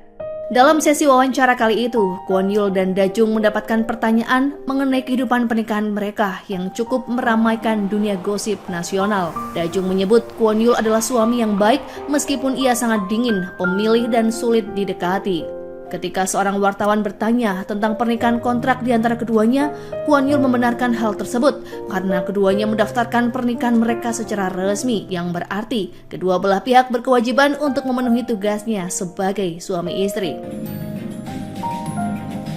Kwon Yul juga menyebut Dajung sebagai wanita yang istimewa dan tak mungkin dilepaskannya. Kalimat itu berhasil meyakinkan awak media tentang hubungan romantis yang terjalin di antara keduanya. Bahkan awak media meyakini Dajung tengah hamil ketika melihat Dajung menahan rasa mual dengan penampilannya yang terlihat pucat. Dajung masih belum bisa menghadapi In-ho setelah pernyataan cintanya semalam. Ia selalu berusaha menghindari In-ho setiap kali melihatnya. Namun setelah berkali-kali Dajung menghindar, akhirnya In-ho berhasil memaksanya berdiri di hadapannya untuk mendengarkannya berbicara. Inho menyebut jika selama ini ia merasa bahagia karena Dajung selalu nyaman berada di sisinya dan menganggapnya malaikat pelindung. Namun kini Inho tak melihat Dajung merasa nyaman lagi ketika berada di dekatnya setelah ia menyatakan perasaannya. Alih-alih merasa menyesal, Inho justru merasa lega karena sudah mengeluarkan beban perasaannya. 너 후회하진 않을래요? Di lain sisi, Haechul sebagai mantan rekan kerja Dajung masih memiliki rasa kasih sayang terhadapnya sehingga ia menyelamatkan foto-foto antara Dajung dan Inho dari tangan Hyun Byul. Mengira Inho juga menyayangi Dajung, Haechul pun menyerahkan foto tersebut kepada Inho. Hubungan Kwon Yul dengan Dajung yang sering naik turun kembali menghangat di malam itu berkat mie ramen buatan Dajung. Di tengah malam, Dajung yang merasa lapar menawarkan pada Kwon Yul yang tidak bisa tidur untuk menyantap mie bersamanya. Nara dan Manse yang masuk ke ruang makan mengira keduanya akan berciuman akibat posisi duduk keduanya yang sedemikian rupa. Dan keesokan paginya, berita keduanya berciuman pun beredar di kalangan penjaga keamanan. Bahkan bibi pengurus rumah menambahkan kesaksiannya ketika tanpa sengaja memergoki keduanya tengah berguling-guling di dalam kamar tempo lalu. Cerita kemesraan keduanya kembali berlanjut di arena ski karena Kwon Yul mengajari Dajung dan ketiga anaknya bermain ski. Junki bersama keluarganya yang datang menyusul mereka dan turut menyaksikan kedekatan keduanya hingga membuat Baekha merasa iri. Junki berkata jika sepertinya Kwon Yul sudah bisa melupakan mendiang istrinya semenjak kehadiran Dajung dalam kehidupan mereka. Setelah mendengar ucapan Junki, Kwon Yul kembali bersikap dingin dan acuh kepada Dajung yang membuat Dajung bingung mengartikan sikapnya. Bahkan ketika Dajung menanyakan alasan Kwon Yul bersikap demikian, Kwon Yul hanya mengatakan padanya bahwa ia merasa tak nyaman dengan sikap dan perhatian Dajung kepadanya dan anak-anak. Kwon Yul merasa terbebani dengan hal itu karena pernikahan mereka hanyalah pernikahan kontrak. Sementara itu, Inho yang mendapat telepon dari Junki segera bergegas menuju hotel tempat mereka berjanji temu. Di waktu yang bersamaan, Dajung juga tiba di hotel itu karena mendapat pesan mengenai keadaan darurat Perdana Menteri. Ternyata perjumpaan mereka hanyalah sebuah jebakan yang sudah disiapkan oleh Junki. Bahkan Baekha juga turut mendatangi tempat yang sama karena sebuah informasi yang menyebut jika Haeju dan Junki tengah bersama. Tak hanya itu, wartawan pun turut datang ke hotel setelah mendengar informasi mengenai istri Perdana Menteri yang sedang bersama seorang pria di dalam hotel. Menyadari situasi mereka yang terjebak, Dajung dan Inho segera keluar dari kamar hotel untuk melarikan diri melalui tangga darurat. Hal itu dilakukan karena pintu menuju tangga telah terkunci dan akhirnya keberadaan keduanya pun berhasil ditemukan oleh para wartawan. Mereka mencecar Dajung dan Inho dengan berbagai pertanyaan. Inho meminta Dajung menahan diri agar tidak mengatakan apa-apa. Karena situasi semakin genting, Kwon Yul membubarkan kerumunan wartawan dengan berkata jika Inho diperintahkan olehnya untuk mengantar Dajung ke hotel karena mereka akan merayakan peringatan 100 hari pernikahan. Baekha datang ke lokasi hotel bersama dengan teman-temannya untuk memergoki perselingkuhan sang suami. Namun setibanya mereka di kamar yang dimaksud, mereka tak menemukan siapapun di sana. Baekha kesal karena termakan oleh informasi palsu. Ketika mereka hendak keluar kamar, mereka mendengar suara langkah kaki berjalan menuju ke arahnya. Segera ketiganya menyembunyikan diri di dalam lemari. Rupanya pasangan yang datang adalah Kwon Yul dan Dajung. Dajung menduga Kwon Yul akan menyalahkannya, namun Kwon Yul justru memeluknya sembari meminta maaf karena ia seringkali marah. Sebenarnya Kwon Yul marah pada dirinya sendiri karena tak bisa mengartikan perasaannya terhadap Dajung. Tiba-tiba Kwon Yul menyadari bukan hanya mereka berdua saja yang ada di dalam kamar ketika ia melihat mantel berbulu yang tersangkut di antara pintu lemari. Ia berusaha menghentikan ocehan Dajung dengan mengecup bibirnya. Segera setelah Dajung diam, Kwon Yul menarik gagang pintu lemari yang membuat Baekha dan teman-temannya berhamburan keluar. Dajung berkata pada Kwon Yul jika dirinya bisa menggunakan tangannya untuk membuatnya diam, alih-alih mencium bibir. Sebenarnya Dajung ingin mendengarkan kalimat lain dari mulut Kwon Yul, namun Kwon Yul beralasan jika dirinya tak punya pilihan lain. Merasa kesal karena harapannya tak terpenuhi, Dajung memutuskan meninggalkan Kwon Yul di tengah perjalanan pulang. Kwon Yul berusaha mengejarnya, namun Dajung sengaja memasuki bar khusus kalangan muda yang membuat Kwon Yul beserta para pengawal tak bisa menyusulnya. Pada akhirnya, Kwon Yul dan pengawal berdandan ala anak muda agar bisa memasuki bar tersebut. Setibanya di dalam, Kwon Yul kembali menyelamatkan Dajung yang sedang diganggu oleh seorang pria. Keduanya pun kembali berbaikan setelah Kwon Yul meminta maaf pada Dajung. Merasa marah karena Junki berani menjebaknya bersama Dajung, In-ho mendatangi Junki yang tengah melakukan sebuah pertemuan.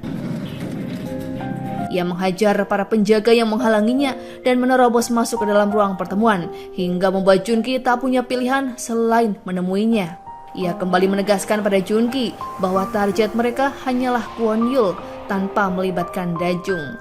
Untuk menghalangi Junki melewati batas, In-ho menunjukkan rekaman percakapan antara Junki dan Byun-hyul dengan mengancam akan menyebarkannya sehingga membuatnya mengalami kerugian besar. Selain rekaman tersebut, In-ho juga merekam setiap ucapan antara mereka berdua.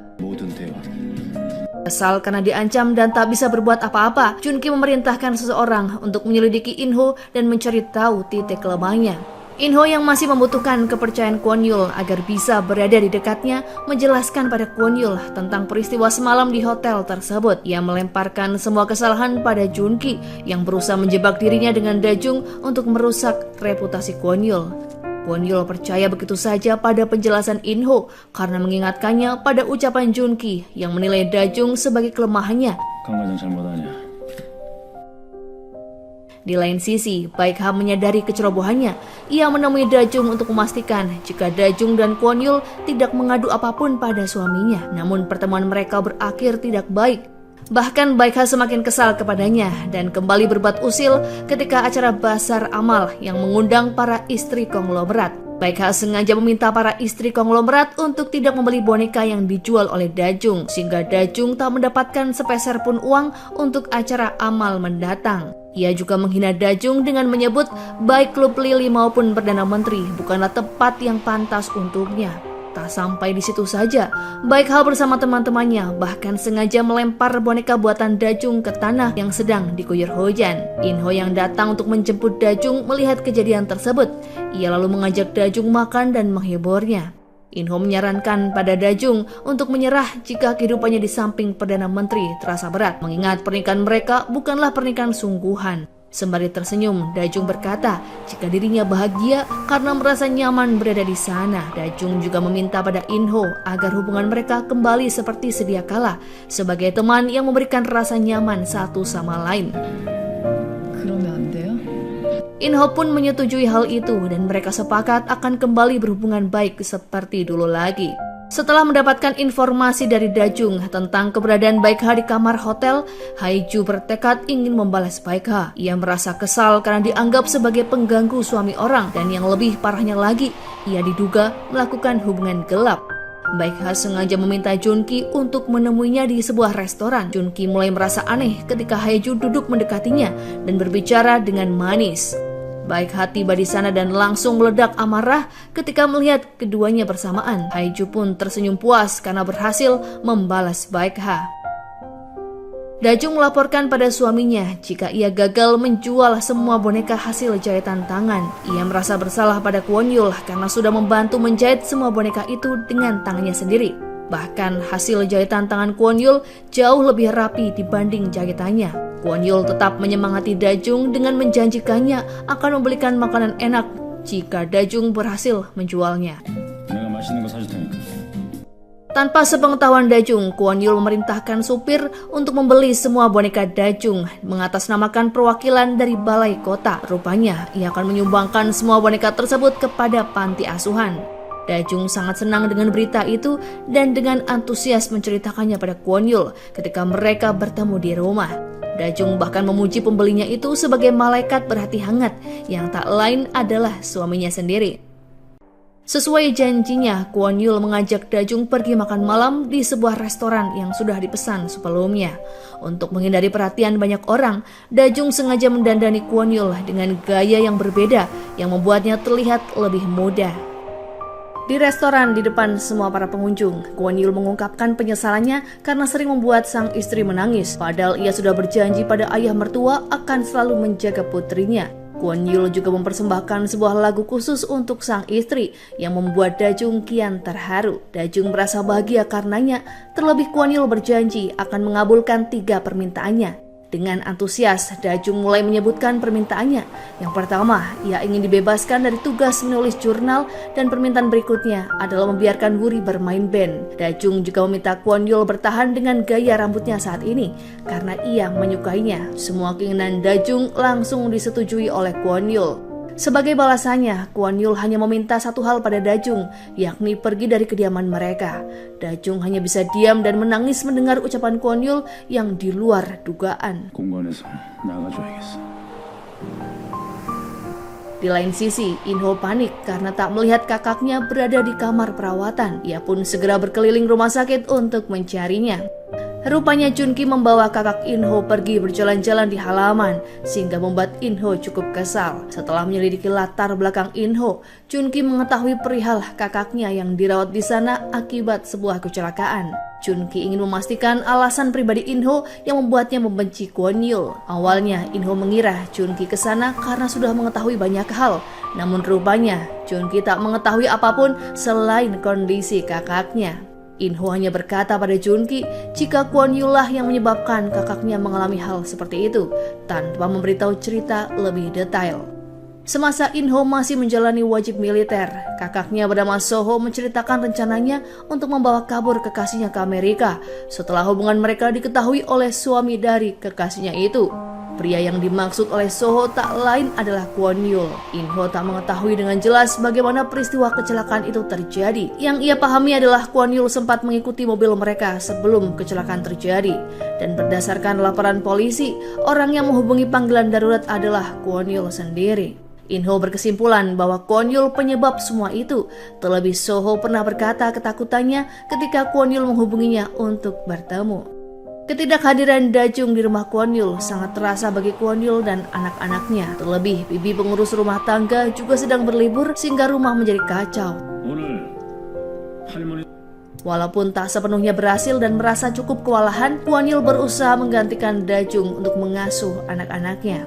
Namun ketika mereka hendak menyenangkan lidah dengan menyantap mie ramen, Haiju datang merusak kesenangan mereka. Setelah mengetahui keadaan di rumah itu, Haiju berinisiatif memasak hidangan makan siang.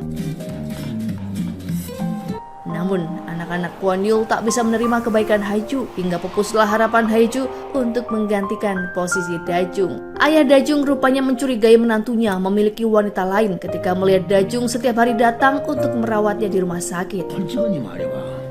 Walau Dajung berusaha meyakinkannya, namun ayahnya tetap tak bisa percaya begitu saja dan bahkan pergi meninggalkan rumah sakit tanpa sepengetahuan Dajung. Dajung yang dilanda panik akhirnya menghubungi Kwon Yul untuk meminta bantuan. Kwon Yul memerintahkan semua bawahannya untuk mencari ayah Dajung. Saat itu In-ho berhasil menemukan ayah Dajung dan membawanya ke kediaman Kwon Yul. Untuk membuktikan pernikahan anaknya baik-baik saja, ayah Dajung memutuskan untuk menginap di sana di malam itu. Melalui Haiju, Junki mengetahui sebuah berita yang tersebar di media daring bertajuk Haiju si wanita perusak rumah tangga orang. Ia pun memarahi istrinya karena hal memalukan itu, sekaligus memperingatkannya agar berhenti berulah. Dalam kemarahan Junki, tiba-tiba Baekha menemukan kebahagiaan karena pertama kalinya Junki menyebut namanya, suatu hal yang tak pernah ia lakukan selama ini. Di lain sisi, evaluasi ulang proyek pelabuhan internasional yang tengah berjalan menemukan adanya dugaan korupsi yang terlihat dilakukan oleh perusahaan Myungsim milik ayah mertua Junki.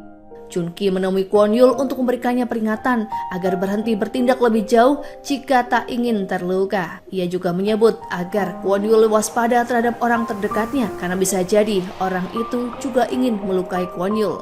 Pagi itu Dajung bersama anak-anak dan ayahnya pergi ke gereja bersama. Kini mereka mulai rajin berdoa di gereja semenjak Wuri menjadi pianis untuk acara kebaktian. Terlebih, Nara juga menaruh ketertarikan pada salah seorang rekan Wuri sehingga menambah semangat mereka untuk pergi ke tempat tersebut. Setelah acara misa selesai, Dajung berencana pergi dari kediaman Perdana Menteri dan mengantarkan ayahnya kembali ke rumah sakit. Namun Inho menyarankannya agar Dajung tetap berada di sisi Kwon Yul demi kebaikan mereka bersama. Dajung berniat membicarakan hal tersebut dengan Kwon Yul, namun tanpa sengaja ia mendengar pembicaraan Kwon Yul dengan Haeju. Kwon Yul menyatakan keinginannya agar Dajung kembali ke rumah, yang membuat Haeju sangat penasaran tentang perasaan Kwon Yul sebenarnya terhadap gadis itu. Namun Kwon Yul menolak dugaan dirinya menyukai Dajung. Ia beralasan semua yang ia lakukan olehnya karena rasa tanggung jawab sudah melibatkan Dajung sejauh ini. Termasuk ketika ia terpaksa mengusir Dajung dari rumah demi melindunginya dari Junki yang ingin terus menyakitinya. Kwon Yul bahkan menolak saran Haeju untuk melakukan pernikahan sungguhan dengan Dajung jika ia benar-benar ingin menjaganya. Pembicaraan itu terdengar menyakitkan di telinga Dajung, juga cukup menyakitkan bagi Haeju karena ia melihat perasaan cinta Kwon Yul pada Dajung meskipun Kwon Yul tak mengakuinya. Setelah cukup lama bersama, ayah Dajung berpamitan pada anak-anak dan memberi mereka uang saku. Mereka pun terharu karena hal itu adalah pengalaman pertama dalam hidup mereka. Setibanya di rumah sakit, mereka melihat siaran berita tentang demonstran yang memenuhi halaman kantor Perdana Menteri. Para demonstran yang merupakan pekerja dari grup Myungsin berkumpul untuk menuntut Perdana Menteri dan menghentikan penyelidikan terhadap perusahaan mereka. Hal itu mereka lakukan karena tak ingin kehilangan pekerjaan. Khawatir dengan menantunya, ayah Dajung memerintahkan anaknya segera menyusul Kwon Yul ke kantor. Tak disangka, setibanya di sana, Dajung justru melihat Kwon Yul tersungkur akibat penusukan dari orang yang tak dikenal. Dajung tak bisa berhenti menangis melihat Kwon Yul bersimbah darah dan mulai kehilangan kesadarannya. Berharap Kwon Yul bisa mendengarkannya dan tersadar, sesekali Dajung berusaha memanggil namanya. Akhirnya ia hanya bisa pasrah menunggu hasil operasi. Selama menunggu, Dajung terlihat sangat khawatir dan gelisah karena ia takut kehilangan Kwon Yul. Terlebih ia belum sempat menyatakan perasaannya. Dajung meminta doa dari anak-anak untuk kesembuhan ayahnya, meskipun Manse belum bisa memahami kejadian itu. Wuri sebagai anak tertua meyakinkan Dajung bahwa ia akan menjaga adik-adiknya hingga Dajung tak perlu khawatir. Operasi pun berjalan dengan lancar, namun Kwon Yul masih berada di bawah pengaruh obat bius. Meski penampilannya berantakan dan dengan noda darah menempel pada mantel, namun Dajung tetap setia mendampingi Kwon Yul. Ia bahkan rela melewatkan jam makan agar bisa memantau keadaan Kwon Yul. Haeju kembali mendatangi Junki dan menuduhnya sebagai dalang di balik penusukan Kwon Yul. Sebagai sekretaris, Haeju banyak mendengar percakapan di antara keduanya, dan ia mengingat terakhir kali Junki datang untuk memperingatkan Kwon Yul agar menyiapkan diri atas sebuah tindakan. 어떻게 이럴 수 있지? Junki tak bisa menjelaskan apapun pada Haeju karena ia menduga ayah mertuanya lah yang bertindak untuk memberi peringatan pada Kwon Yul agar Kwon Yul tak lagi mengganggu Hyunsim Group. Saat Junki ingin mengkonfirmasi hal itu pada ayah mertuanya, ia justru diusir dari kantor tanpa sempat bertemu dengannya. Mendengar kabar Kwon Yul sudah siuman, Haeju berniat untuk melihat keadaannya. Namun ia urung melakukannya karena mendapati kebersamaan Dajung dan Kwon Yul yang tampak harmonis. Bahkan saat itu, keduanya saling berpegangan tangan. Melihat wajah Kwon Yul yang tersenyum ceria ketika bersama Dajung, membuat Haeju semakin sadar bahwa Kwon Yul mencintai Dajung sehingga tertutup kemungkinan baginya untuk bersamanya. Keesokan harinya, Baekha atas desakan dari teman-temannya menjenguk Kwon Yul di rumah sakit. Namun lagi dan lagi, ia salah memasuki ruang kamar dan membuatnya berakhir di kamar sebuah ketua gangster. Para pengawal gangster membiarkan Baekha dan teman-temannya memasuki kamar ketua mereka karena mengira Baekha adalah wanita yang sengaja dipanggil oleh ketua mereka. Baekha pun terlibat kekacauan di dalam kamar yang bisa berakhir setelah kedatangan Haeju dan Dajung untuk membantu mereka. Insiden itu menyebabkan Haeju dan Baekha tampak akur untuk pertama kalinya, serta Dajung dan Haeju yang pertama kali terlihat kompak. Lagi dan lagi Baekha ditegur oleh suaminya atas tindakan cerobohnya itu. Baekha beralasan kedatangannya ke rumah sakit karena bentuk dukungannya terhadap karir suaminya, mengingat Kwon Yul adalah atasan Junki. Junki berkata pada sang istri agar menyiapkan mental karena ia berencana mengundurkan diri dari posisi menteri sebagai bentuk pertanggungjawaban atas kasus korupsi yang menyangkut perusahaan ayah mertua. Setelah berpikir panjang, Junki merasa lelah karena selama ini dirinya hanya dijadikan boneka oleh ayah mertuanya demi melindungi harta kekayaan yang didapat dengan cara kotor. Pada akhirnya, Junki membulatkan tekad untuk menyerahkan surat resign kepada presiden. Sekretaris Junki memberikan informasi mengenai hubungan kakak Inho dengan mendiang adiknya. Ia pun menghubungi Inho agar menyiapkan semua bukti yang dimilikinya untuk menjebloskan Kwon Yul ke penjara atas tuduhan percobaan pembunuhan. Mulanya Inho ragu melakukannya karena ia tak ingin kehilangan senyum manis Dajung tiap kali mereka bertemu. Terlebih jika Dajung mengetahui bahwa orang yang ingin diserangnya adalah Kwon Yul, pria yang sangat dikagumi olehnya. Inho tak ingin kehilangan Dajung, namun ia juga tak mau melepaskan Kwon Yul begitu saja setelah apa yang menimpa pada kakaknya. Seketika keraguannya menipis ketika ia mendapatkan kabar dari rumah sakit mengenai keadaan kakaknya yang harus dirawat di ruangan ICU. Dalam rangka menyambut kepulangan kembali Kwon Yul ke rumah, Haeju membawakan buket bunga untuknya. Namun ia tak mendapati Kwon Yul berada di rumah karena sedang pergi ke gereja bersama Dajung dan anak-anaknya. Mereka pergi ke gereja untuk melihat penampilan Wuri sebagai vokalis. Setelah melihat penampilan Wuri, akhirnya Kwon Yul mengizinkan anaknya bermain musik. Selain Wuri, Nara juga sudah bisa menerima Dajung dalam keluarga mereka. Hal itu terbukti ketika Nara diganggu oleh sekelompok anak dan dibantu oleh Dajung. Kepada mereka, Nara mengaku jika Dajung adalah ibunya. Pada akhirnya Haeju berhasil menjumpai Kwon Yul setelah berkali-kali mereka urung bertemu. Keduanya pun berjalan-jalan di halaman kampus sembari mengenang masa lalu. Haeju mengingat awal pertemuan keduanya ketika ia masih remaja dan sering dipukuli oleh ayahnya yang seorang pemabuk. Haeju mengaku bahwa Kwon Yul lah yang memberikan harapan akan masa depan yang lebih baik. Dan semenjak saat itu, Haeju memutuskan untuk selalu mengikuti dan mendampingi Kwon Yul. Namun kini Haeju menyadari bahwa sudah saatnya baginya untuk berhenti dan mencari jalannya sendiri. Haeju pun menyerahkan surat pengunduran dirinya.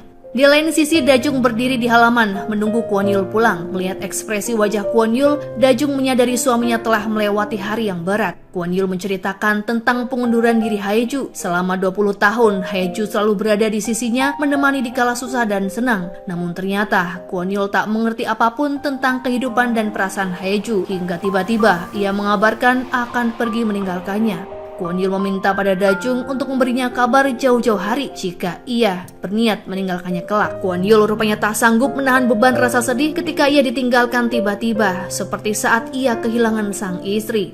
Dajung meyakinkan Kwon Yul bahwa hal itu tak akan pernah terjadi karena ia berencana untuk selalu tinggal di sisi Kwon Yul. Saat itu juga Dajung menyatakan perasaannya jika ia sangat mencintai Kwon Yul. Kwon Yul tak bisa mempercayai ucapan Dajung karena menganggapnya sebagai bahan candaan. Namun sekali lagi Dajung berkata jika dirinya sangat mencintai Kwon Yul.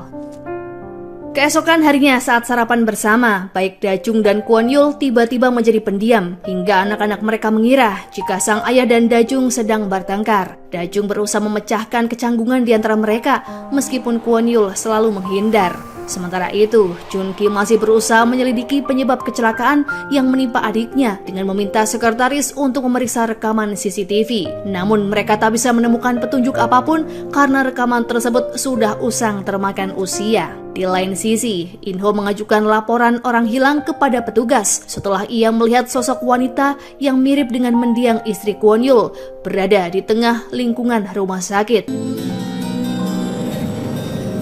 Inho melakukannya karena semenjak peristiwa kecelakaan itu, jasad Nayong belum ditemukan dimanapun. Sehingga bertahun-tahun kemudian, polisi menyimpulkan jika Nayong sudah meninggal. Inho juga meminta petugas memeriksa catatan imigrasi dan penggunaan kartu kredit atas nama Nayong. Mendapat informasi mengenai sekelompok relawan gereja yang kerap datang membantu merawat pasien, Inho juga meminta pihak rumah sakit agar menghubunginya terkait jadwal kehadiran mereka. Ia tak ingin menutup kemungkinan jika benar Nayong masih hidup. Bisa jadi wanita itu turut tergabung dalam relawan agar bisa bertemu dengan kakaknya tanpa diketahui siapapun.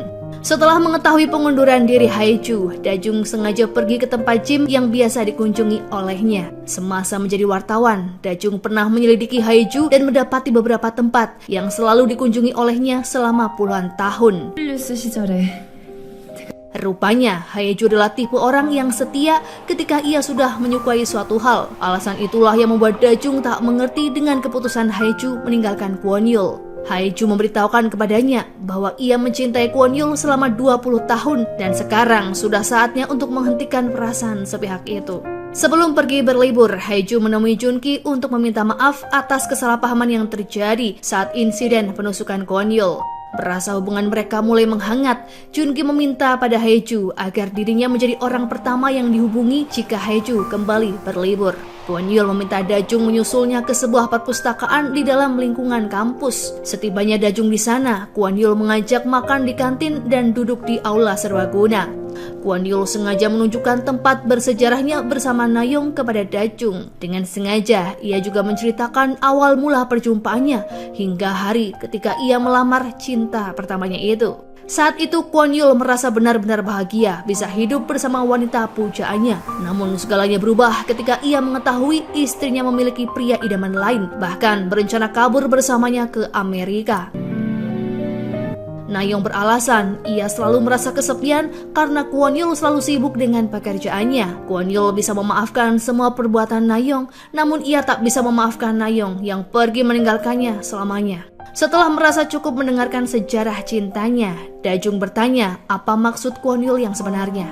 Ternyata Kwon Yul berusaha membuat Dajung menyerah dengan perasaannya. Ia menggunakan alasan usia yang jauh lebih tua dari Dajung dan pernah menikah sebelumnya, serta ketakutannya untuk kembali menjalin hubungan. Setelah percakapan itu, Kwon Yul kembali menghindari Dajung dan menyibukkan diri dalam pekerjaan dan berdinas keluar kota. 오늘 출장이라 못 들어오신대요. Dajung yang tengah berbelanja dengan anak-anak memutuskan untuk membawa mereka menyusul Kwon Yul dengan alasan menghabiskan liburan sembari menikmati udara pantai. Dajung meyakinkan pada Kwon Yul bahwa kehadiran mereka tak akan mengganggu pekerjaannya sehingga Kwon Yul bisa tetap merasa nyaman. 총리님 볼일 보세요. Mereka pun bermain di pantai dan berfoto bersama. Kwon Yul yang datang belakangan menyusul mereka menggunakan mantel yang dibelikan oleh Dajung.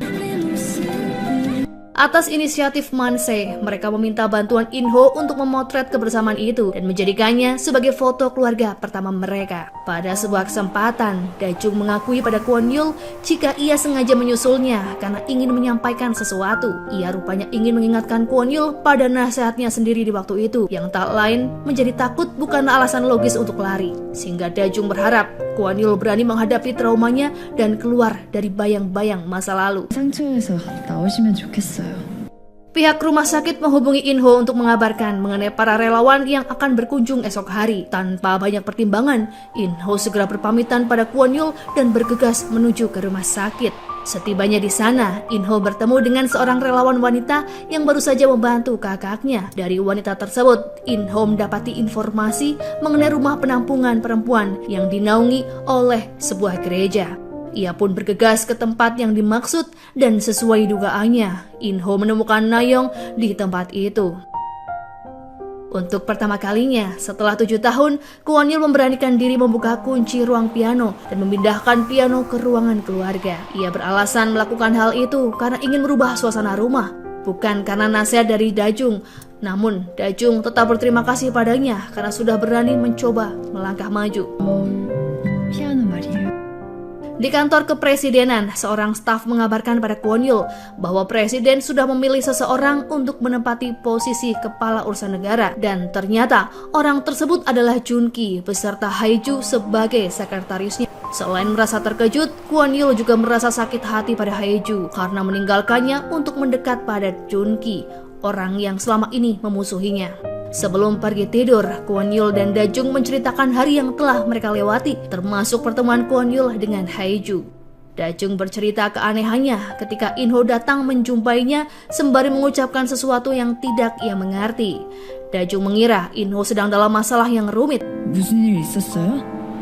Alih-alih membahas hal yang serius, keduanya mendiskusikan akhir kisah dongeng 1001 malam yang biasa dibacakan Dajung kepada Kwon Yul. Hingga waktu berlalu dan mereka sama-sama terlelap hingga pagi menjelang. Episode 14.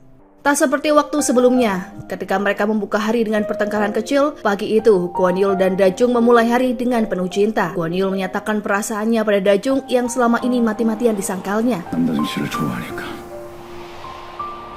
Kwon Yul meminta Dajung bersedia menerimanya apa adanya. Namun romansa pagi itu terganggu oleh kedatangan Manse yang kesal karena tidak menemukan Dajung tidur di kamarnya semalam. 여기서 잔 거야? Di halaman kediaman Perdana Menteri, terlihat Nayong sedang memperhatikan rumah itu dari kejauhan. Seorang penjaga melihatnya lalu menghampirinya untuk menanyakan maksud kedatangan Nayong. Namun Nayong tak bisa mengatakan apapun, ia bergegas pergi dengan wajah ketakutan.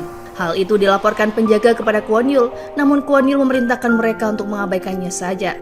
Semenjak bantuan Hae-ju di rumah sakit kala itu, Baik Ha sudah bisa berkompromi dengan kejadian Hae-ju di sisi suaminya sebagai sekretaris. Hal itu dikarenakan Junki beralasan ingin membuat Kwon Yul kesal dengan merekrut orang kepercayaannya. Sebenarnya, Baik Ha sangat berharap suaminya mau melepaskan Kwon Yul dan memulai hubungan yang baik ketimbang terus bersaing. Sesuai janjinya, sepulang Hae-ju dari berlibur, ia segera menghubungi Junki untuk menyatakan keberpihakannya. Hae-ju beralasan dengan bekerja di Gedung Biru, karirnya bisa berkembang pesat alih-alih kembali bekerja pada Perdana Menteri. Alasan itu cukup meyakinkan Junki, terlebih setelah melihat ekspresi terkejut dari wajah Kwon Yul ketika melihat Hae-ju bersamanya. Selain pandai menyembunyikan rahasia, Hae-ju juga pandai berpura-pura. Meskipun ia bersikap dingin pada Kwon Yul, namun sebenarnya ia mendekati Junki demi bisa melindungi Kwon Yul dengan memata-matai setiap tindakan Junki. Bahkan Kwon Yul sendiri merasa benar-benar asing dengan Hae-ju semenjak ia bergabung dengan Junki. Hal itu terlihat ketika mereka bertemu dalam sebuah kesempatan. Hae-ju yang tengah mendampingi Junki bersikap acuh kepada Kwon Yul, hingga Kwon Yul mendesaknya untuk berbicara empat mata. Kwon Yul meminta maaf jika ia pernah menyakiti perasaan dan menyulitkan Hae-ju selama ini. Namun Hae-ju menegaskan jika dirinya tak pernah menyesali kebersamaannya dengan Kwon Yul.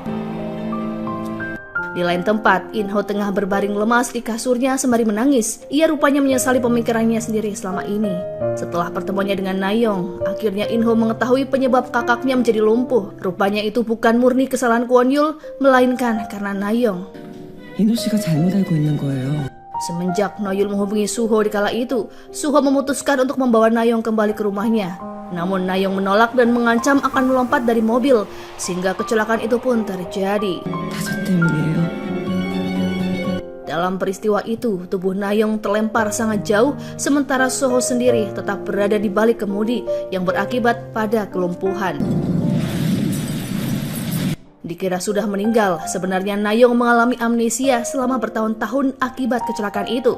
Merasa dirinya tak berdaya, akhirnya In-ho menghubungi Dajung untuk meminta bantuan. Dajung yang sedang menemani Kwon Yul makan siang meminta izin padanya untuk menjenguk In-ho.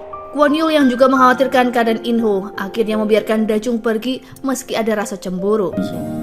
왜 안 가고 이렇게 서 있지? Setibanya Dajung di rumah In-ho, ia membantu merawat dan membuatkannya bubur. 식은땀 좀 봐. Melihat wajah In-ho yang pucat pasi, Dajung lantas bertanya penyebab In-ho sakit. Tanpa menyebutkan identitas, In-ho pun bercerita mengenai kisah Nayong dan kakaknya, serta dendamnya yang salah sasaran selama ini. Dajung menyarankan pada In-ho agar melepaskan dendam demi kebahagiaannya sendiri. Ia yakin kakaknya juga pasti ingin hidup dengan bahagia. 과장님이 행복해지는 거. Hari sudah malam namun Dajung belum juga pulang. Hal itu membuat Kwon Yul sangat khawatir. Ia menunggu Dajung di teras rumahnya. Melihat Kwon Yul sudah berdiri menunggunya, Dajung berharap Kwon Yul akan memarahinya seperti dulu karena kesal dan cemburu. Namun di luar dugaan, Kwon Yul justru tersenyum dan menyambut hangat kedatangan Dajung. Saat Dajung mengeluhkan hal itu, Kwon Yul justru berterima kasih padanya. Karena berkat Dajung, ia kini bisa merasakan kembali perasaan jatuh cinta. Kwon Yul bertekad untuk memulai lembaran baru dan melepaskan Nayong dari pikirannya. Di malam itu, Kwon Yul mengajak Dajung untuk melakukan pernikahan yang nyata. Tentunya, Dajung sangat bahagia menerima ajakan Kwon Yul. 될 텐데. Terlebih, Kwon Yul juga berencana membawa ayah Dajung ke rumah mereka. Hal itu disampaikan Kwon Yul langsung pada ayah mertuanya ketika mereka berkunjung ke rumah sakit. Masih di tempat yang sama, In Ho tengah bertemu dengan Na Young. Telah mendengar permintaan maaf dan penyesalan dari wanita itu, In Ho meminta Na Young menebusnya dengan tak pernah muncul lagi di kehidupan Kwon Yul karena semua orang sudah menganggapnya mati. 내 부탁 하나만 들어줘요. In Ho sengaja meminta hal tersebut sebagai penebusan dosanya pada Kwon Yul dan Da Jung. Ia berharap mereka berdua bisa hidup bahagia. Namun Hae-ju tak sepaham dengan In Ho ketika ia mengetahui tentang keberadaan Na Young yang ternyata masih hidup. Ia beralasan bahwa Kwon Yul berhak mengetahui kebenarannya. Meskipun Kwon Yul belum tahu tentang keberadaan Na Young, namun ia sudah mulai memahami alasan In Ho berada di dekatnya. Saat Kwon Yul mengunjungi ayah mertuanya, ia tak sengaja melihat sosok Soho dari kamar perawatan dan mengetahui Soho sebagai kakak In Ho yang diceritakannya selama ini. Setelah mengetahui fakta tersebut dan sesuai nasihat Da Jung padanya, Kwon Yul lalu memutuskan untuk tetap mempercayai In Ho dengan keyakinan In Ho memiliki alasan sendiri yang tidak bisa ia pahami. Siang itu Man-se sedang bermain di taman sekolah sembari menunggu kedatangan Da Jung untuk menjemputnya. Na Young mengawasi Man-se dari kejauhan. Ia terharu karena putra bungsunya sudah tumbuh dengan baik. Bahkan Man-se menyapanya ketika menyadari kehadiran Na Young, yang hal itu membuatnya semakin bersedih. Da Jung yang datang di waktu bersamaan melihat sosok Na Young dari kejauhan dan berusaha mengejarnya. Da Jung ingat betul wajah wanita itu dari foto di rumah Kwon Yul. Sementara itu, Kwon Yul duduk di bangku gereja. Ia sedang menunggu kedatangan Da Jung karena hari itu mereka sepakat akan melakukan janji pernikahan sungguhan. Da Jung tiba di gereja dengan ekspresi yang sedih. Ia langsung memeluk Kwon Yul yang membuat Kwon Yul seketika menyadari acara di hari itu terancam akan gagal. Sembari menangis, Da Jung meminta maaf karena membuat Kwon Yul merasa tercampakkan. Da Jung tak mengatakan alasan apapun padanya. Kwon Yul menyebut seolah ia memahami pemikiran Da Jung yang kompleks karena menikahi seorang pria seperti dirinya yang sudah memiliki 3 orang anak dengan segala kekurangan. 내가 나한테 미안할 거 없어. Da Jung tak menyanggah ucapan Kwon Yul karena ia ingin menyembunyikan alasan yang sebenarnya. Semenjak ia mengetahui Na Young masih hidup, Da Jung rupanya mempertimbangkan untuk kembali mengembalikan posisi Na Young di sisi Kwon Yul. Hae-ju dan In Ho kembali bertemu. Keduanya membahas tentang langkah apa yang akan mereka lakukan terkait keberadaan Na Young saat ini. In Ho meyakinkan pada Hae-ju jika Na Young sendiri tak berniat muncul kembali ke kehidupan Kwon Yul. Hal itu dibuktikan dengan Na Young yang selama ini terus bersembunyi. 않으니까 나타나지 않았던 거잖아요. Hae-ju tetap berkeinginan agar Kwon Yul mengetahui kebenarannya. Bahkan ia sengaja mendatangi kediaman Kwon Yul untuk menyampaikan hal tersebut. Meskipun pada akhirnya Hae-ju urung memberitahukan hal itu pada Kwon Yul, namun kedatangannya di rumah itu diketahui oleh Jun-ki melalui laporan asistennya. 정말로 믿어도 되는 겁니까? Untuk memastikannya, Jun-ki sengaja bertanya pada Hae-ju mengenai alasan mengapa semalam ia pulang lebih awal. Hae-ju menjawab jika ia merasa tak enak badan, sehingga Jun-ki semakin yakin bahwa Hae-ju mendekatinya untuk memata-matai. Semenjak di hari itu, Jun-ki bertindak lebih waspada terhadap Hae-ju. Suatu hari Presiden memberikan teguran pada Kwon Yul terkait kinerjanya yang selalu berseberangan dengan agenda politik. Jun-ki memanfaatkan hal itu untuk mempengaruhi Presiden agar mengganti posisi Perdana Menteri. Namun Presiden membutuhkan sebuah alasan yang tepat untuk melakukannya, mengingat Kwon Yul dikenal sangat bersih dan lurus. Jun-ki meyakinkan pada Presiden bahwa ia hanya butuh persetujuannya karena Jun-ki sudah menyiapkan alasan yang tidak terbantahkan untuk memecat Kwon Yul. Setelah meminta penyelidikan ulang terkait kasus kecelakaan 7 tahun lalu, Jun-ki berencana menggunakan kasus itu sebagai senjata demi menjatuhkan Kwon Yul dari kursi Perdana Menteri. Hal itu diungkapkannya pada Hae-ju ketika mendapati wanita itu tengah mengedap-ngedap di dalam ruangannya. Hae-ju rupanya berniat mencari dokumen yang telah disembunyikan Jun-ki. Karena sudah tertangkap basah oleh Jun-ki, Hae-ju beralasan mengenai keberadaan Na Young yang masih hidup. Hae-ju berharap setelah mengetahui fakta tersebut, Jun-ki bisa membatalkan rencananya.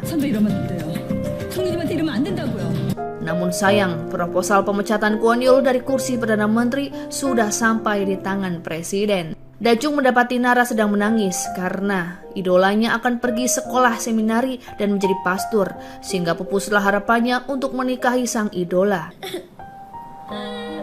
Demi menghibur Nara, Dajung masakan mie ramen kesukaannya. Sembari makan, Dajung bertanya pada Wuri tentang rasa rindu pada ibunya. Dajung bisa memahami kerinduan mereka terhadap sosok sang ibu karena Dajung sendiri tumbuh tanpa adanya seorang ibu.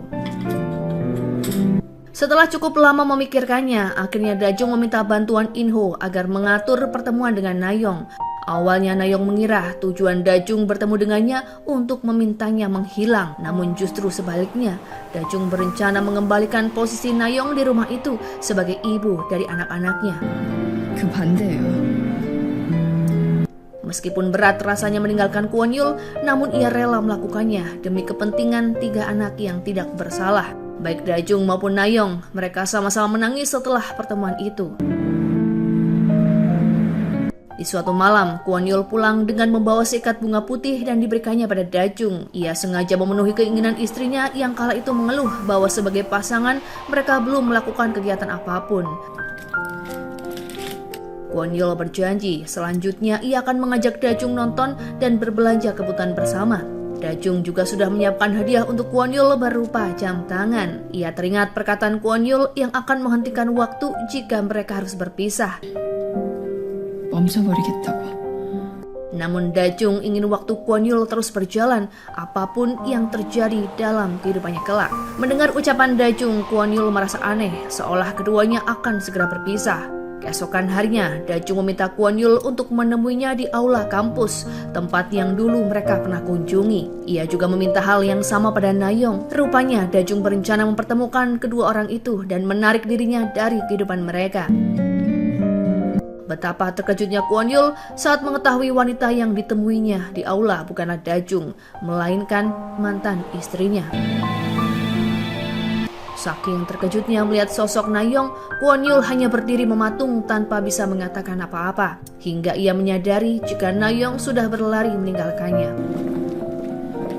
Segera setelah dirinya tersadar, Kwon Yul bergegas menyusul Nayong, namun ia kehilangan jejak. Nayong yang sama-sama terkejut tak menduga akan bertemu dengan Kwon Yul. Ia tak bisa mengatakan apapun di hadapan pria yang pernah ia cintai, sehingga memilih untuk kabur. Dalam perjalanannya, Nayong dihadang oleh sebuah mobil dan ternyata itu adalah Junki bersama Haeju.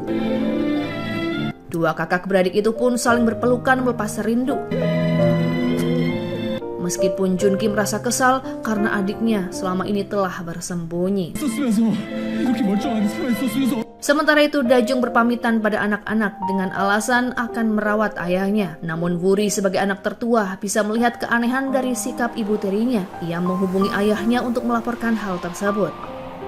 아무래도 아줌마가 Sementara Kwon Yul berusaha mencerna apa yang baru saja ia lihat. Ia langsung menyusul Dajung dan sembari menyetir, Kwon Yul berusaha mengingat kembali apa yang diucapkan Dajung akhir-akhir ini. Pada akhirnya, Kwon Yul mengerti maksud dan keinginan Dajung. 16 dan 17. Di sebuah tikungan, Kwon Yul menemukan Dajung di tengah jalan yang sedang menarik kopernya. Melihat kedatangan Kwon Yul, Dajung segera menegaskan keinginannya untuk putus. 공간으로 다시 안 들어가요. Namun Kwon Yul malah menarik koper Dajung dan memasukkannya ke dalam bagasi, lalu membawa Dajung pergi. Setelah menenangkan diri, Kwon Yul berusaha membujuk Dajung dan melarangnya untuk meninggalkan dirinya serta anak-anak. Namun Dajung tetap bersikeras untuk pergi. Ia bahkan sengaja berkata bahwa dirinya tak akan menjadi ibu bagi anak-anak Kwon Yul. 아이들의 엄마가 되는 게 너무 두려워서 울었어요. Di sebuah restoran, terlihat Nayong tengah gugup menunggu kedatangan Kwon Yul yang memintanya bertamu. Setelah berbicara dari hati ke hati, Kwon Yul menerima kehadiran Nayong sebagai ibu dari anak-anaknya, bukan lagi sebagai istrinya. 내 아내로는 안 되겠지만 Namun ia akan menunggu waktu yang tepat untuk membawa anak-anak bertemu dengan Nayong. Selagi Kwon Yul dan Nayong bertemu, Inho dengan setia menunggu mereka di luar karena Inho merasa bertanggung jawab sebagai penghubung keduanya. Sebenarnya ia juga merasa malu menghadapi Kwon Yul setelah Kwon Yul mengetahui semua fakta bahwa ia adalah adik dari pria selingkuhan Nayong yang mendendam karena kesalahan orang lain. Kwon Yul hanya marah karena ia merasa menjadi orang yang paling bodoh ketika semua orang terdekatnya mengetahui keberadaan Nayong sementara ia tidak mengetahui apa-apa. 사람을 바보로 만들 수 있지? Bukan hanya Inho yang menyesali perbuatannya, Haeju juga meminta maaf pada Junki yang berperan sebagai mata-mata ketimbang mendukungnya. Melihat potensi yang dimiliki Haeju, Junki berharap Haeju bisa memiliki karir yang lebih cemerlang. Sementara Haeju belum menemukan jalannya, Junki ingin Haeju tetap menjadi sekretarisnya. 힘이 돼주고 싶었어, 선배로서. Junki bersyukur karena setelah kehadiran Nayeong, semua kesalahpahaman ini berakhir. Untuk menebus kesalahannya pada Kwon Yul, ia berusaha membatalkan mosi pemecatan Perdana Menteri yang dibuatnya sendiri. 원야는 내가 오늘 확실하게 막았어. Bukan hanya itu, ia juga berusaha memperbaiki hubungannya dengan Kwon Yul demi anak-anaknya dan juga demi Kwon Yul. Hal itu disampaikan langsung pada Kwon Yul ketika ia mengunjungi rumahnya di malam itu. Saat itu ia juga membujuk Kwon Yul agar bersedia menerima kembali Nayeong. Terlihat Kwon Yul sepertinya keberatan untuk menerima kembali Nayeong di sisinya. Perbincangan di antara mereka berdua tak sengaja didengar oleh Wuri. 무슨 말이에요? Mengetahui ibunya masih hidup, Wuri marah dan menilai Nayeong tak layak disebut sebagai ibu. Wuri bahkan menolak bertemu dengan ibunya sehingga Kwon Yul belum bisa mengatur pertemuan mereka dalam waktu dekat. Di lain sisi, ayah Najung mendapati putrinya tertidur di sampingnya. Ia pun mulai berpikir jika pernikahan putrinya sepertinya sedang bermasalah. Kecurigaannya pun berakhir ketika Kwon Yul datang dan membawakan koper Dajung yang tertinggal di bagasi semalam. Ia lalu membenarkan ucapan Dajung pada ayahnya bahwa mereka sedang tidak bertengkar. 절대로 싸우거나 바람 피우거나 그런 거 아니니까 걱정하지 마세요. Kwon Yul ingin memberikan kesempatan bagi Dajung untuk berpikir dan menyendiri dengan harapan Dajung akan kembali padanya. 공간으로 돌아오라는 얘기는 안 할 테니. Keesokan harinya Kwon Yul menyerahkan surat pengunduran diri pada presiden. Keputusannya sudah bulat meskipun presiden berusaha menggoyahkannya. Rupanya Kwon Yul merasa sudah tak sejalan lagi dengan presiden meskipun mereka memiliki visi yang sama. Mengira Haeju akan mengomel terkait pengunduran dirinya, Kwon Yul sengaja mematikan ponsel lalu berjalan-jalan menikmati udara malam seorang diri. Merasa panik Kwon Yul tak dapat dihubungi, Haeju meminta bantuan Dajung untuk menemukan keberadaan Kwon Yul. Setelah berkeliling mencari Kwon Yul kemana-mana, akhirnya Dajung menemukan Kwon Yul tengah berjalan di sebuah taman, tempat mereka pernah berjalan kaki bersama. Kwon Yul sengaja menyendiri di tempat itu karena ia sedang merindukan Dajung. Ia tak bisa membayangkan kehidupannya tanpa kehadiran wanita itu. Sekembalinya Dajung bersama Kwon Yul, ia panik mendapati ayahnya sudah tak sadarkan diri di kamar. Beruntungnya, dokter segera menangani ayah Dajung sehingga pria itu bisa melewati masa kritis. Ketika ayah Dajung mendapatkan kembali kesadarannya, ia justru menemukan fakta menyakitkan mengenai pernikahan putrinya. Tanpa sengaja, ayah Dajung membaca buku harian Dajung dan mengetahui kisah pernikahan kontrak di antara mereka yang berawal dari keinginannya untuk melihat Dajung menikah. Meskipun Dajung berkata jika mereka kini saling mencintai dan berniat menikah sungguhan, namun ayah Dajung tetap tak percaya. Keesokan paginya, ingatan ayah Dajung kembali terganggu. Ia mengajak putrinya berjalan keluar untuk menikmati salju pertama di bulan itu. Dajung hanya bisa menahan tangis melihat kondisi ayahnya dengan berpura-pura menikmati butiran salju. Ayahnya berharap Dajung bisa menemukan pria yang baik yang benar-benar peduli dan mencintainya. Ayah Dajung kembali mengungkapkan keinginannya untuk menggandeng tangan putrinya berjalan menuju altar. Pada akhirnya, air mata Dajung tak terbendung ketika menyadari ayahnya sudah tiada. Setelah menghadiri proses pemakaman kakek mereka, ayah-ayah Kwon Yul merasa sangat kehilangan sosok kakek yang menyenangkan. Mereka memahami bahwa orang yang sudah meninggal tak akan pernah bisa menemui mereka lagi. Pemahaman itu membuat Wuri memutuskan untuk menemui ibunya setelah ia sempat menolaknya. Nayeong yang ditemani oleh Baekha tak bisa menahan air mata bahagia ketika pada akhirnya ia bisa memeluk Wuri. Dalam pertemuan itu, Junki juga mengutarakan penyesalan karena memusuhi Kwon Yul dan berharap hubungan keduanya bisa kembali akrab seperti dulu. Setelah kematian sang ayah, Dajung memutuskan untuk melakukan perjalanan pribadi sembari mengenang masa lalu. Dajung menyampaikan hal itu ketika menjumpai In-ho, sekaligus mengucapkan selamat atas kemajuan kondisi kakaknya. Selain pada In-ho, Dajung juga berpamitan pada Kwon Yul. Ia berkata jika di masa yang akan datang akan ada kesempatan bagi mereka berjumpa lagi. 총리님과 함께 할 수 있어서 Mereka pun bisa memulai kisah yang baru yang lebih menyenangkan. Meskipun berat bagi Kwon Yul melepaskan kepergian Dajung, namun ia harus melakukannya demi kebahagiaan wanita yang ia cintai. Bukan hanya Dajung, Kwon Yul juga berpamitan pada seluruh staf dan pegawainya setelah ia resmi berhenti menjabat sebagai Perdana Menteri.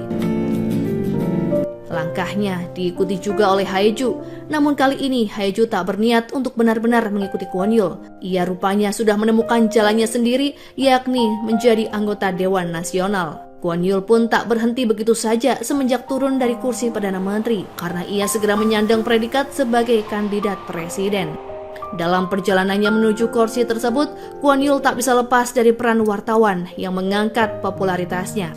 Betapa terkejutnya dan bahagianya Kwon Yul saat melihat Dajung sudah berdiri di hadapannya. Dajung memperkenalkan dirinya secara resmi pada Kwon Yul, lalu keduanya berjabat tangan dan bersiap memulai kisah baru yang tentunya lebih seru.